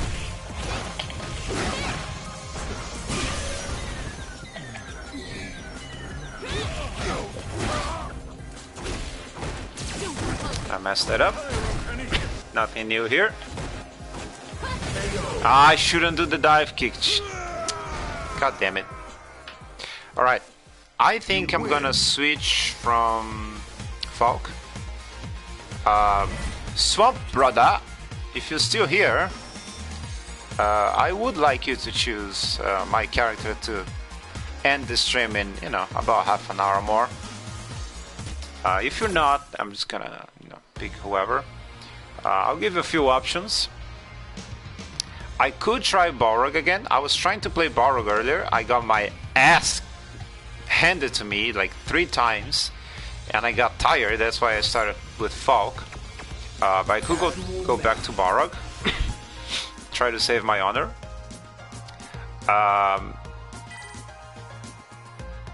Let's see the characters that I'm kind of interested in playing. I could try some Ryu. I could go Kami. I'm not feeling any of those. I'm not feeling Dowsing right now. Or Fang. I could go Gaio, or, you know, like I said, Balrog. I could go Colleen. Ed. Do I want Sakura?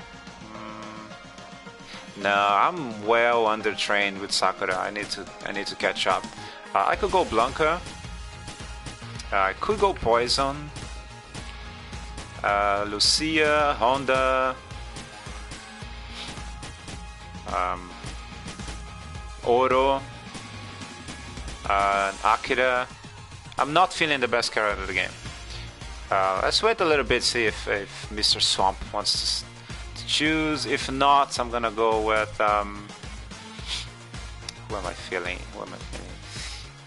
Should I risk getting my ass handed to me again with Balrog? I will risk Balrog if it doesn't say anything. With Oro, I'm saying that there are extreme cases in which makes Street Fighter 4 fireballs look like child's play. Then let me read it back again. I see. You're saying that there's a lot more potential for chip damage in 5 than there would be in 4. Let's think about that. Let's remember Street Fighter 4. Well, in 4 you could have like Dawsing do his yoga, his ultra, which is horizontal moving fireball, as well as a regular fireball. I think that's a decent amount of chip damage. Yeah, Kemi's not that great for chip damage. Let's see, let's think about it. What about Shoto's? Metsu Hadoken was pretty good. Oh, you know what? The thing that what you could do in 4 is because a lot of the DPs are invincible. You could do like DP, focus attack into Ultra, or just DP, focus attack into another DP. Yeah. I did that a lot of 4. Yeah. You know, top of my mind, I don't know. I'm gonna go with Barrow. I think Mr. Swamp is enjoying his wine there. So he says bust you up, but I'm not confident. DP focus dash isn't safe in North. Yeah, they did change that, right? Yeah, they did. Yeah, you could focus dash back. Yeah. And I didn't like that change. I like the DP focus dash. It consumes a lot of resources. I don't have a problem with something being safe if it consumes a lot of resources. What I have a hard time accepting is moves that you can just do it and they're safe and they don't cost bar. But that was a 2-bar thing. So there was a lot of resources. I think it's fair to have that being safe on block. So I never liked that change. But yeah, I guess you were right. It wasn't that bad for me because Kemi needs to focus backdash to do the ultra anyway. Though I did do a lot of focus forward into another one or into a throw. I did do a lot of that before ultra. But if I want to hit Gyro Dive Smasher, I have to backdash anyways. So it was okay to do a DP focus backdash. Round 1. Kind of makes me want to play Street Fighter 4 now. Alright, I don't know how this is gonna go because my Balrog ain't no Falke. I gotta remember to do this.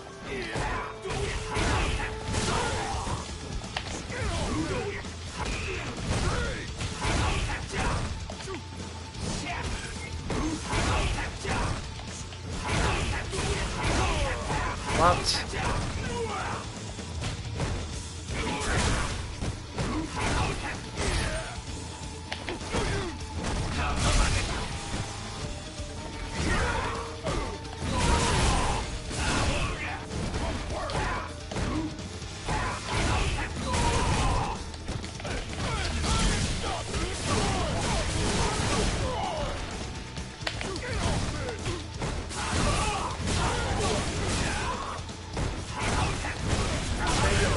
What? What? Round He 2. uppercutted my dash punch.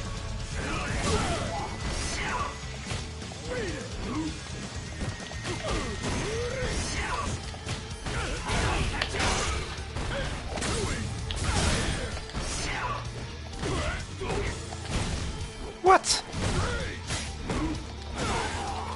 Since when can you just jab?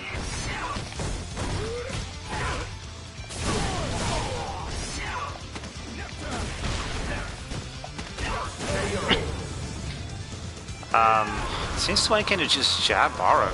Can you always do that? Have I been missing out?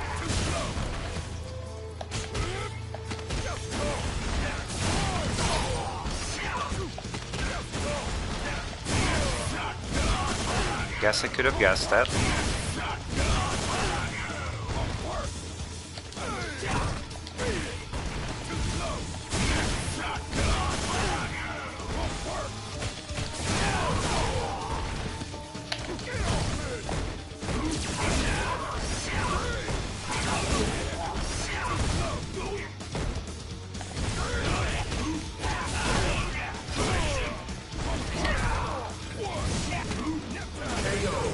Nap time!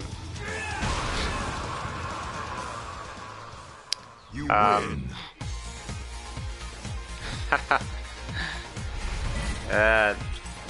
Don't F with Barrock. The Brazilian version of that song, we went with a less explicit version. Round 1. Because as bad as the American version sounds, it sounds worse in Portuguese.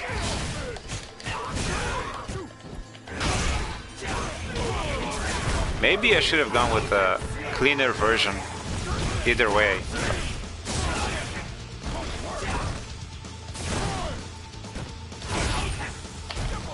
No, I did the wrong thing. Oh, I'm gonna charge a thingy.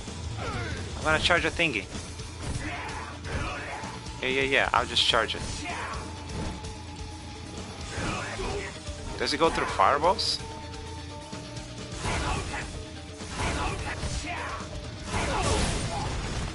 I was expecting more.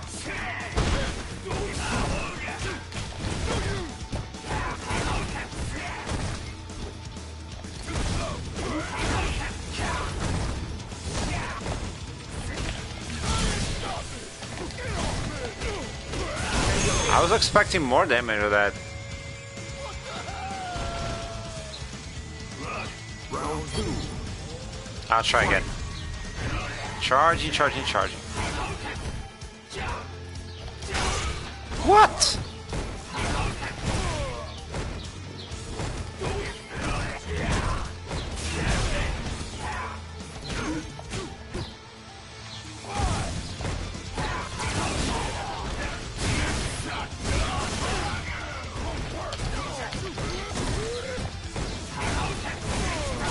Oh my god, everybody keeps punching my dash punches. I never knew you could do that.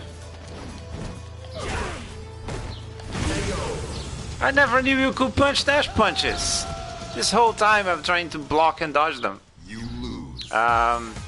You haven't made a new BRT video in a few years. Have you considered making more Portuguese dubs? No, because they don't give views.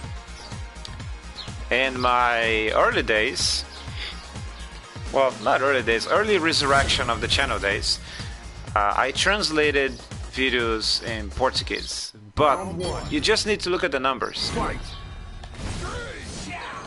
And also the fact that Brazil has one big website where fighting game news are shared.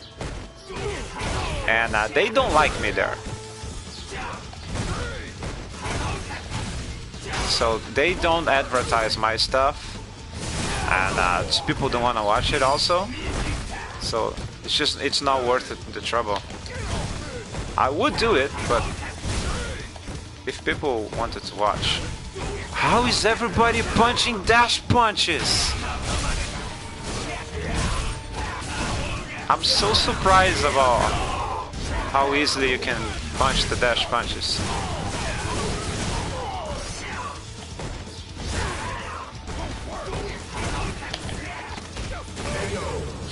I forgot. One thing you can do with this V-skill is just V-skill into nothing, then grab, because people are expecting the overhead. Oh my god, that was the EX.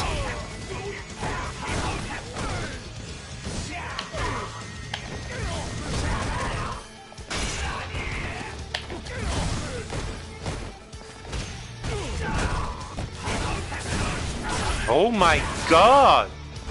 What? I never knew they were so vulnerable. What? What the hell? They were that vulnerable?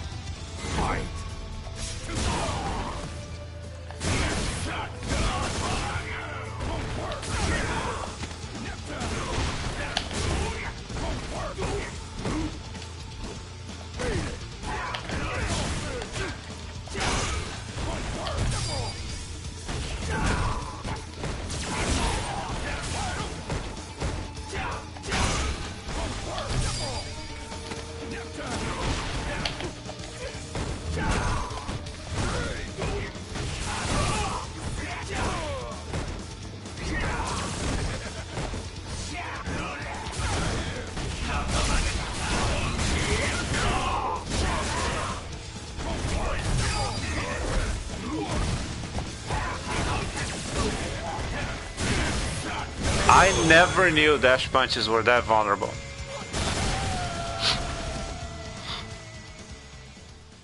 You lose. Almost 10.5 punch. Seriously, I never knew it. When I fight Balrog, it's like, oh, I'm gonna have to block those dash punches. I never would try to punch it. It's news to me how vulnerable they are. This whole time, I never knew.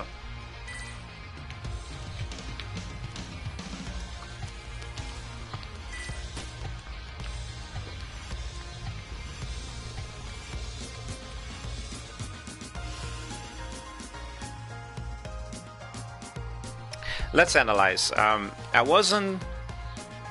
thing is that with charge characters, it's often hard to get optimal punishes, because in scramble situations you don't have your perfect charge prepared.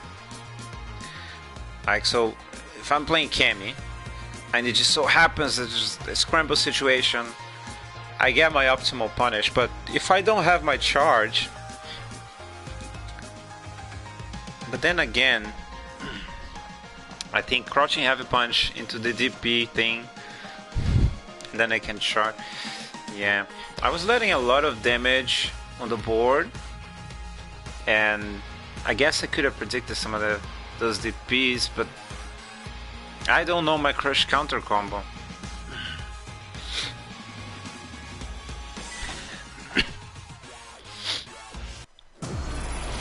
What does Balrog do if the dash punches are vulnerable?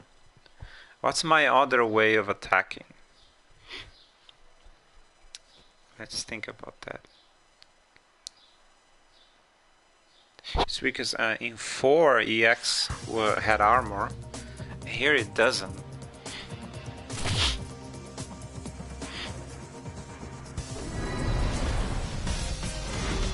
I don't remember being this bad with Balrog.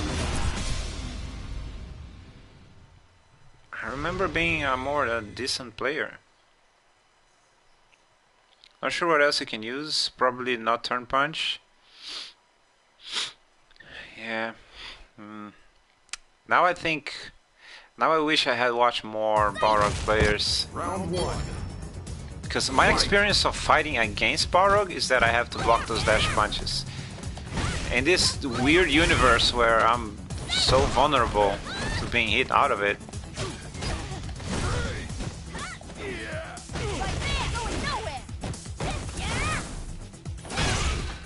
Look at that! I'm just constantly being hit out of it.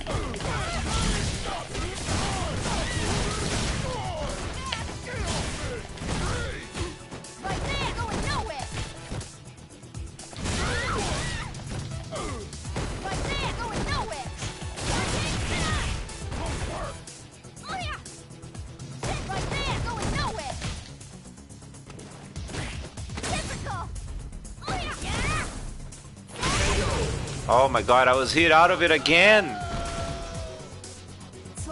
Round 2. What is this universe where dash punches lose to everything?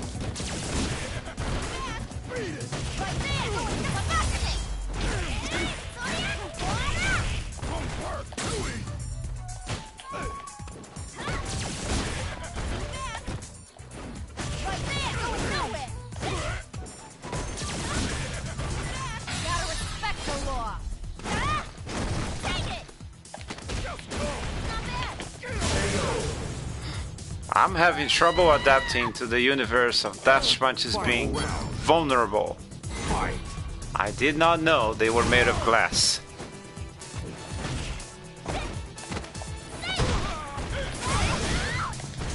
See, there was damage that I left on the table because I didn't have my charge ready.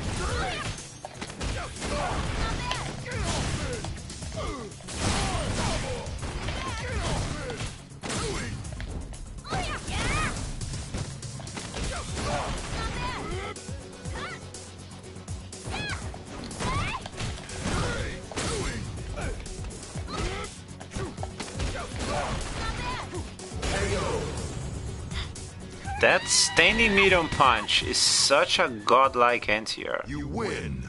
Probably the best move this character has. I know you mentioned that you had COVID earlier, but you wanted to wish you a good recovery. Thank you. I don't think it's good as well. Yeah, I had COVID at the end of the month. It was pretty. I was gonna say pretty bad, but you know, considering COVID, it wasn't pretty bad. It was just a pretty bad flu. I still have a little bit of cough and you know some small symptoms, but it's the worst part is gone for sure.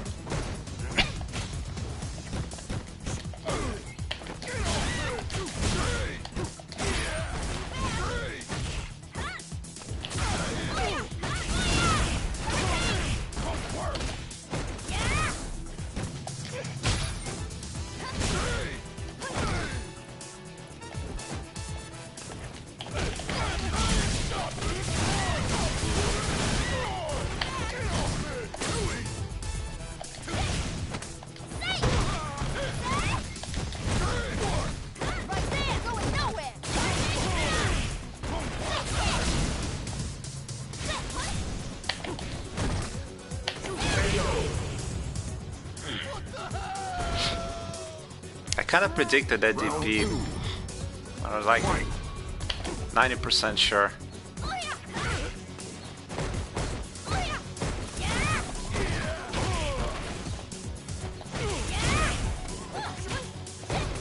Balrog's jumping game is just horrible.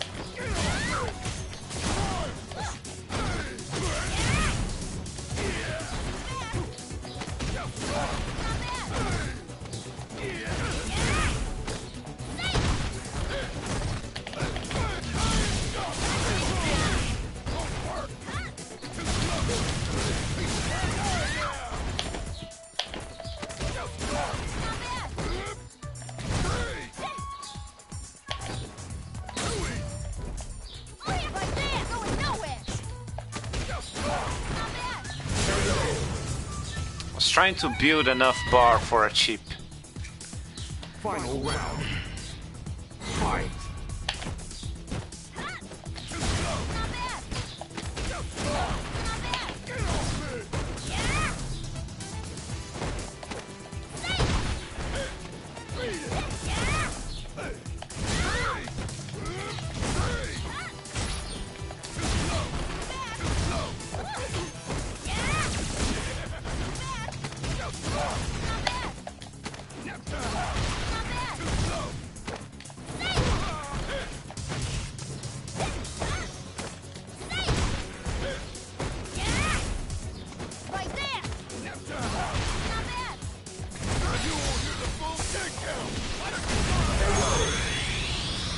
I was so anxious with the chip that I forgot he had a bar to cancel that. You but win. fortunately, he did not think about it. Does Dash Punch have early projectile vulnerability at least? It does not, I believe. The V-Skill does. The V-Skill is amazing to deal with projectiles. I don't think the Dash Punch has. Turn Punch might. Looking more like Glass Joe than Mike Tyson. It really is. By the way, if you don't know it, there's a band called Starbomb from Ego Raptor.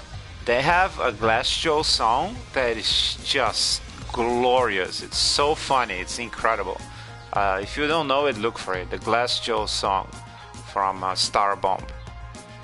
I can hear his symptoms. The worst thing is that I felt mostly okay, but friends from work could feel a sim off. I just had like a really big flu. The worst part was being afraid of contaminating my family. So that was the worst part, the isolation.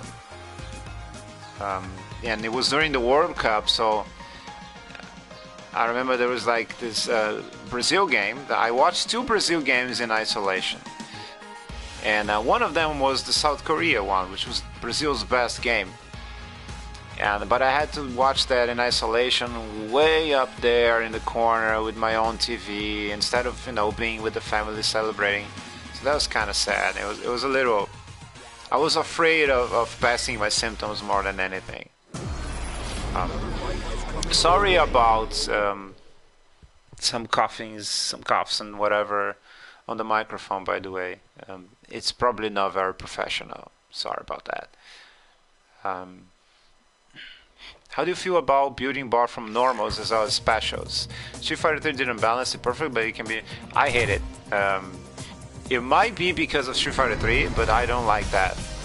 I hate the idea of standing far away and just doing punches to build bar. No. I hate that.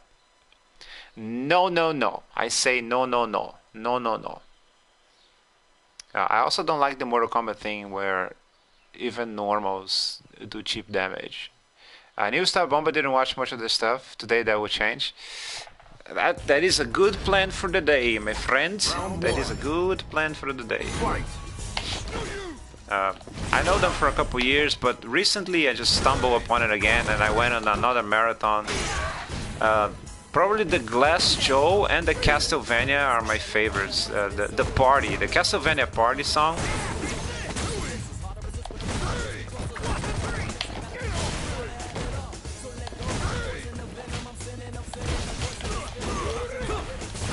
Oh, I can do jab into the target combo, good. That's a good punish for emergencies where I don't have charge.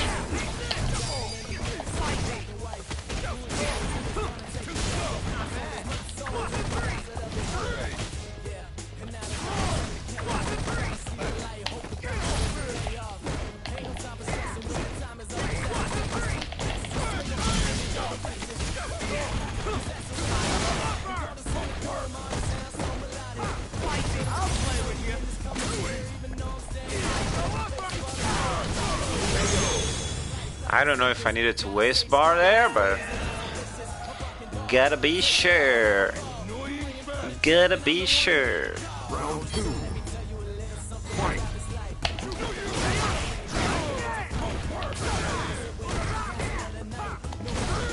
I rarely get that thing working.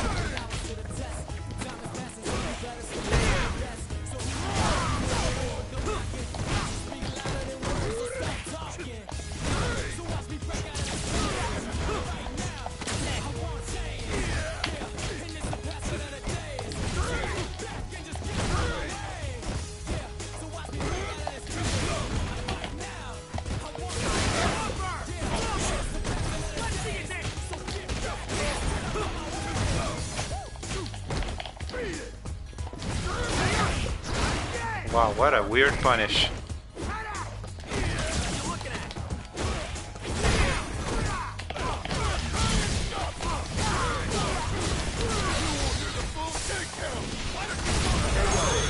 Damn!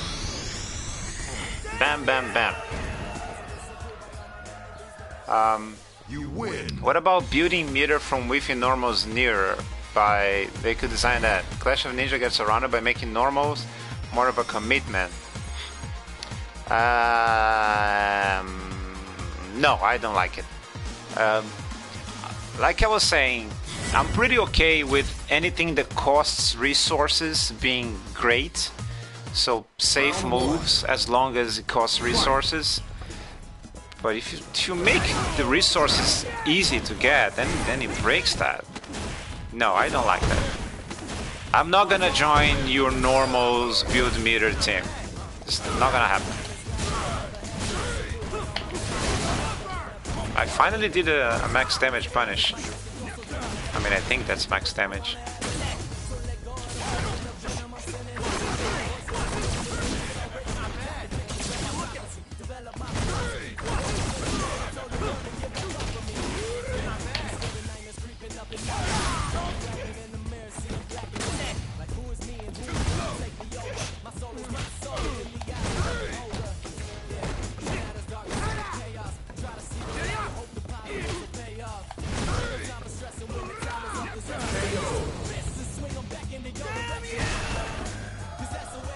It's gonna be the boxer Street Fighter 6 following the DLC. Yeah, I was confused about that. I only recently learned that he's DLC.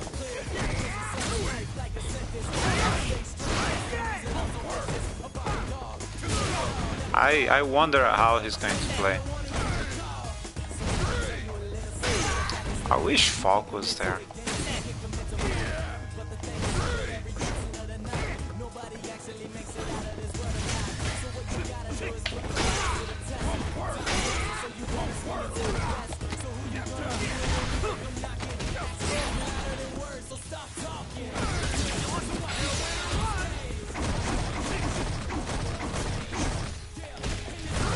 No, he doesn't combo. Shit. Well, he wasted something unnecessarily, so. Okay, what is my crush counter combo, I wonder? Because I can't do a crushing heavy punch.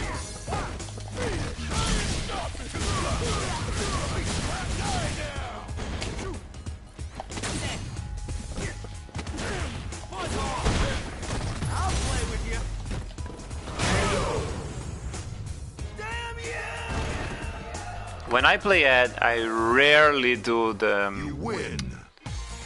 up kick, especially on defense. For me, it's just a combo tool. I'm always surprised to see people doing it. The normal build meter thing is less of a team and more of a spectrum, like politics to me.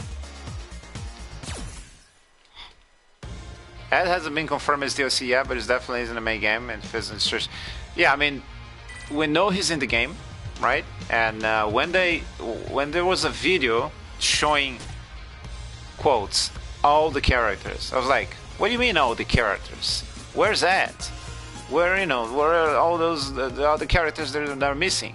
That's not all the characters. Don't lie to me. And I spent this whole time not understanding why people were saying that those are all the characters. And now it finally clicked, and now I understand. Oh, because they're probably DLC. That's why.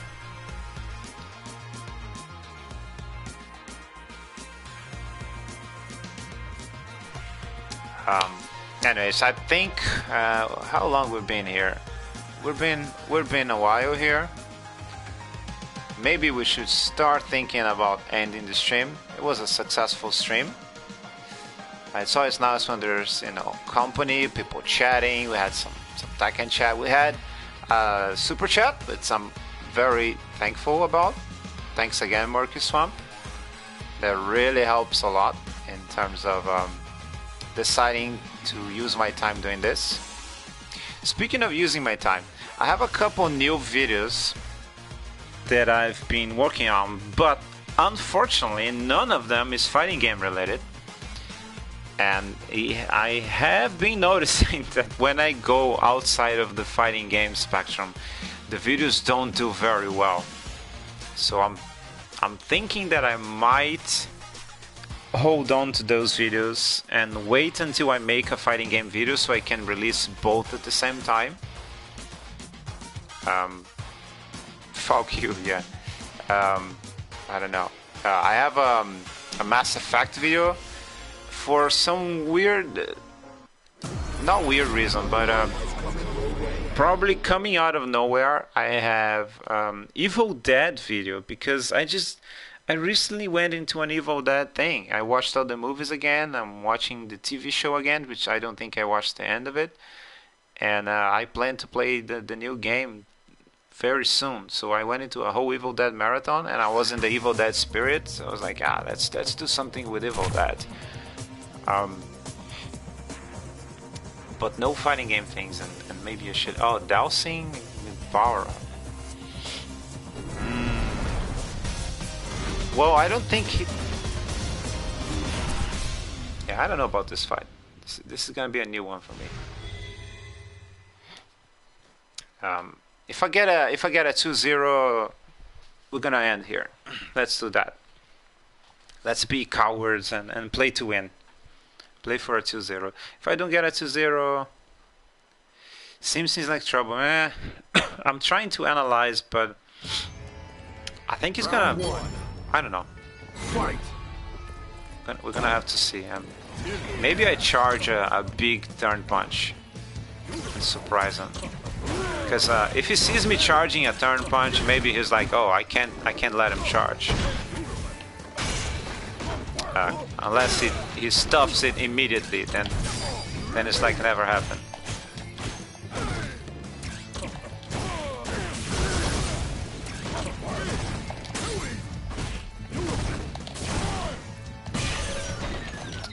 All right.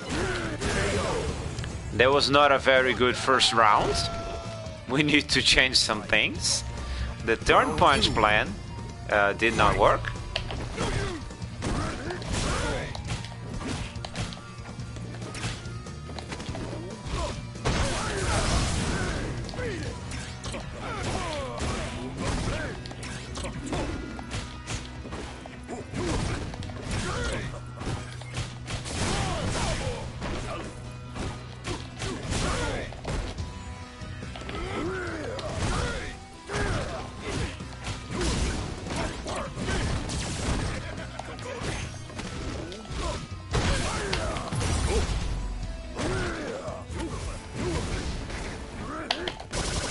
Oh, that's so slow.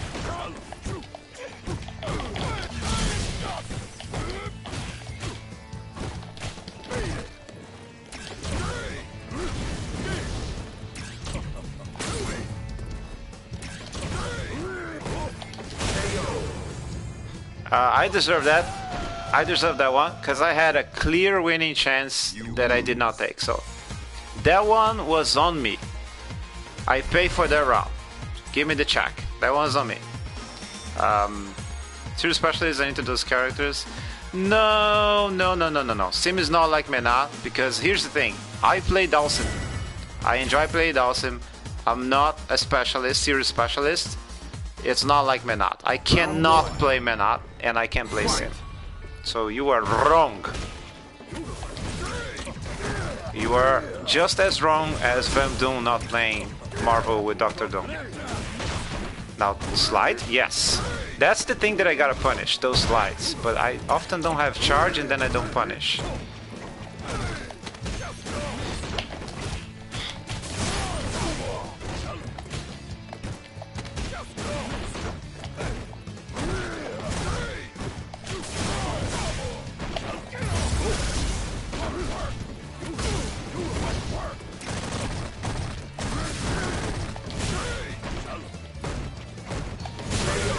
Yeah, the thing is that I gotta punish the slides, but the lack of charge surprises me all the time.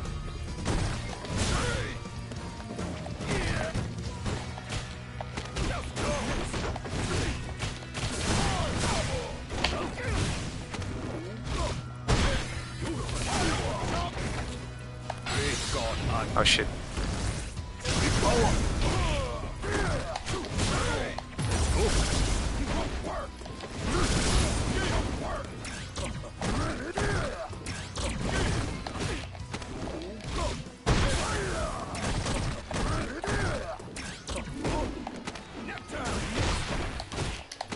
Oh, the damn slide that I didn't punish.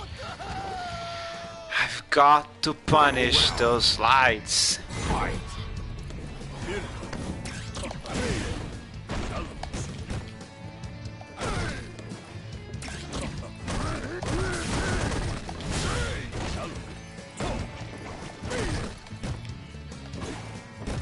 Oh, he's starting to learn that I'm watching for the slide.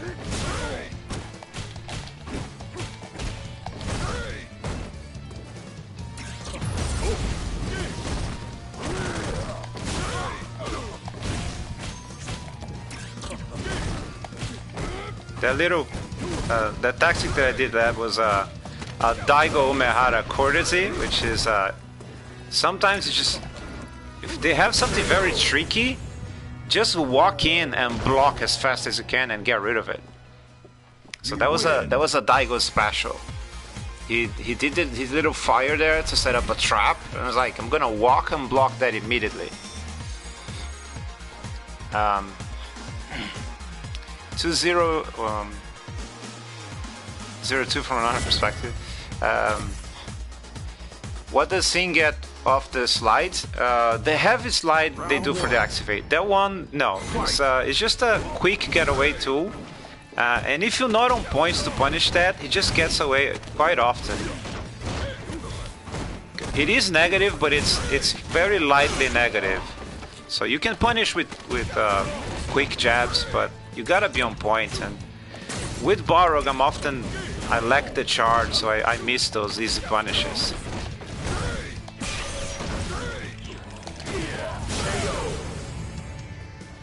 But the slide, the light slide is a positioning thing. He's being pressured, so he does a slide and then he does a throw. You just gotta punish those slides.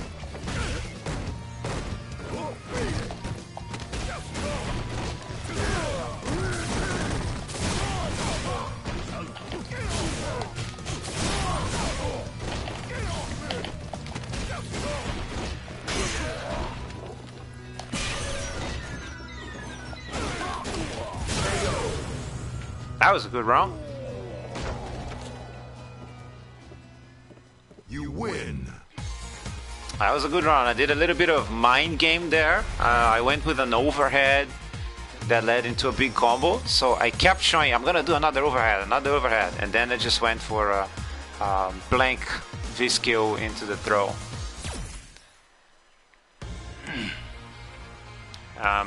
Seems like it might be 0 on hit and follow up to allow for a throw. Follow up. I'm not quite sure. Let me check. Not quite sure of the numbers. It's not 0. No, it's definitely not 0 because you can punish. Oh, but you said on hit. On hit. That's it.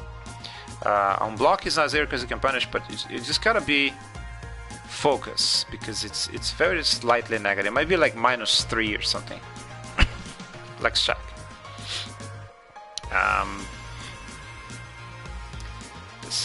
The slide.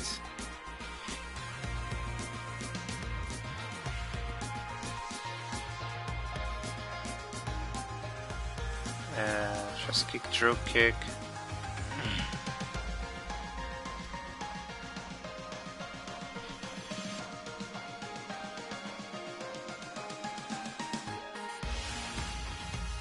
I forget if this slide is just the crouching attack.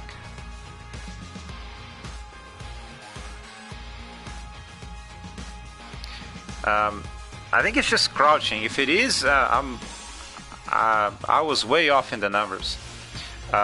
Light one, which is the one they use for positioning, is -6 on block, so it's not even that slightly negative.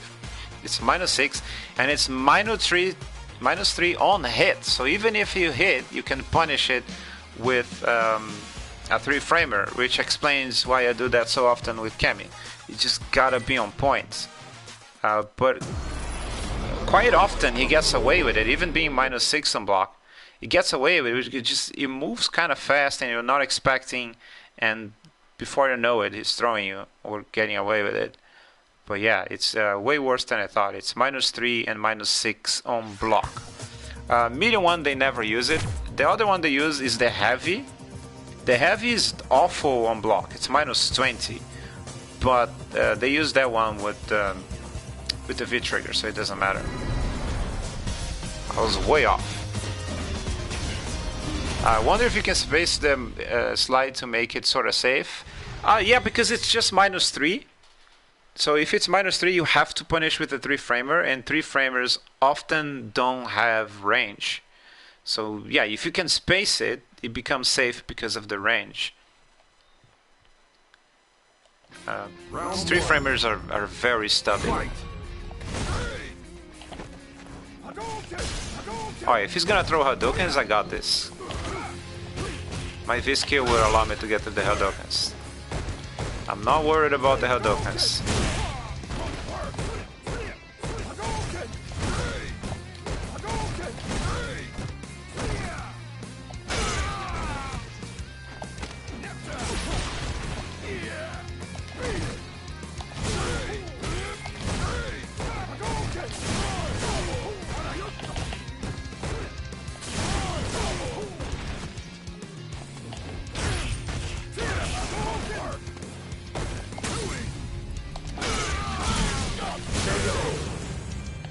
There we go.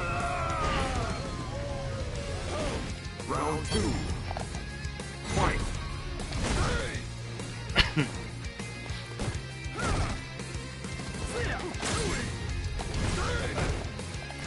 I'm not used to having such a poor air game.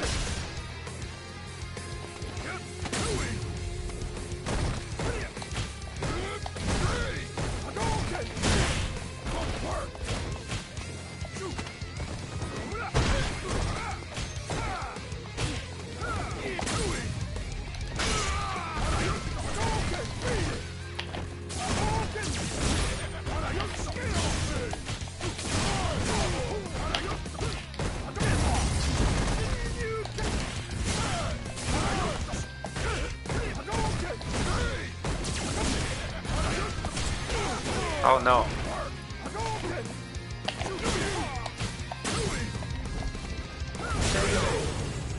Bam! Bam bam bam! Borough no air fighter. No, he is not. He doesn't have a cross-up, which is he doesn't have a cross-up, which is very, very horrible. But I guess it's fair. Just saying, I'm used to having a cross-up, and of course no dive kick, because that would be insane. Round 1. I'm not used to it. Fight.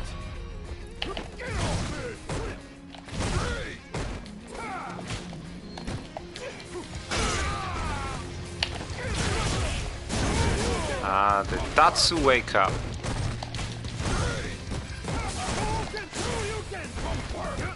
That was a crazy Shoryuken. That was another crazy Shoryuken.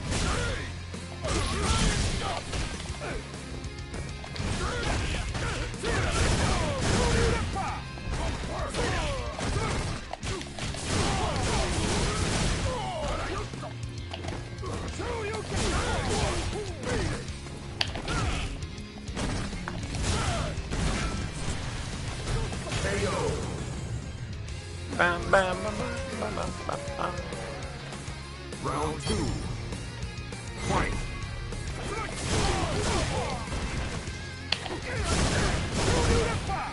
Guess I could have expected that.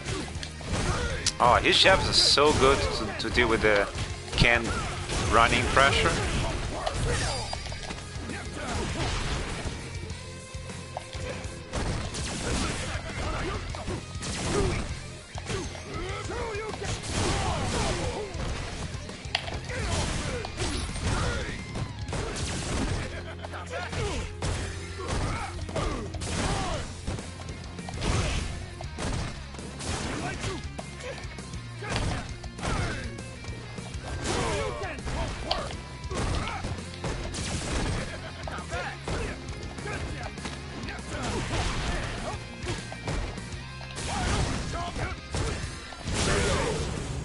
Bam! That's a dead Ken. Alright. I think it's not gonna get better than that. I am hungry because it's 1:15 p.m. now. Haven't had lunch, and I also want to use the bathroom. So all these things point me to this is a good time to stop the stream. I might come back later, maybe with Tekken. I don't know. Someone once said that too many streams on YouTube is bad, so I'll think about it. But it was fun. I don't know who's watching, but thank everyone that was here and was chatting. It's always nice to have someone around. A special thanks to the stream MVP, Mr. MurkySwamp. And we'll chat later. Bye everyone.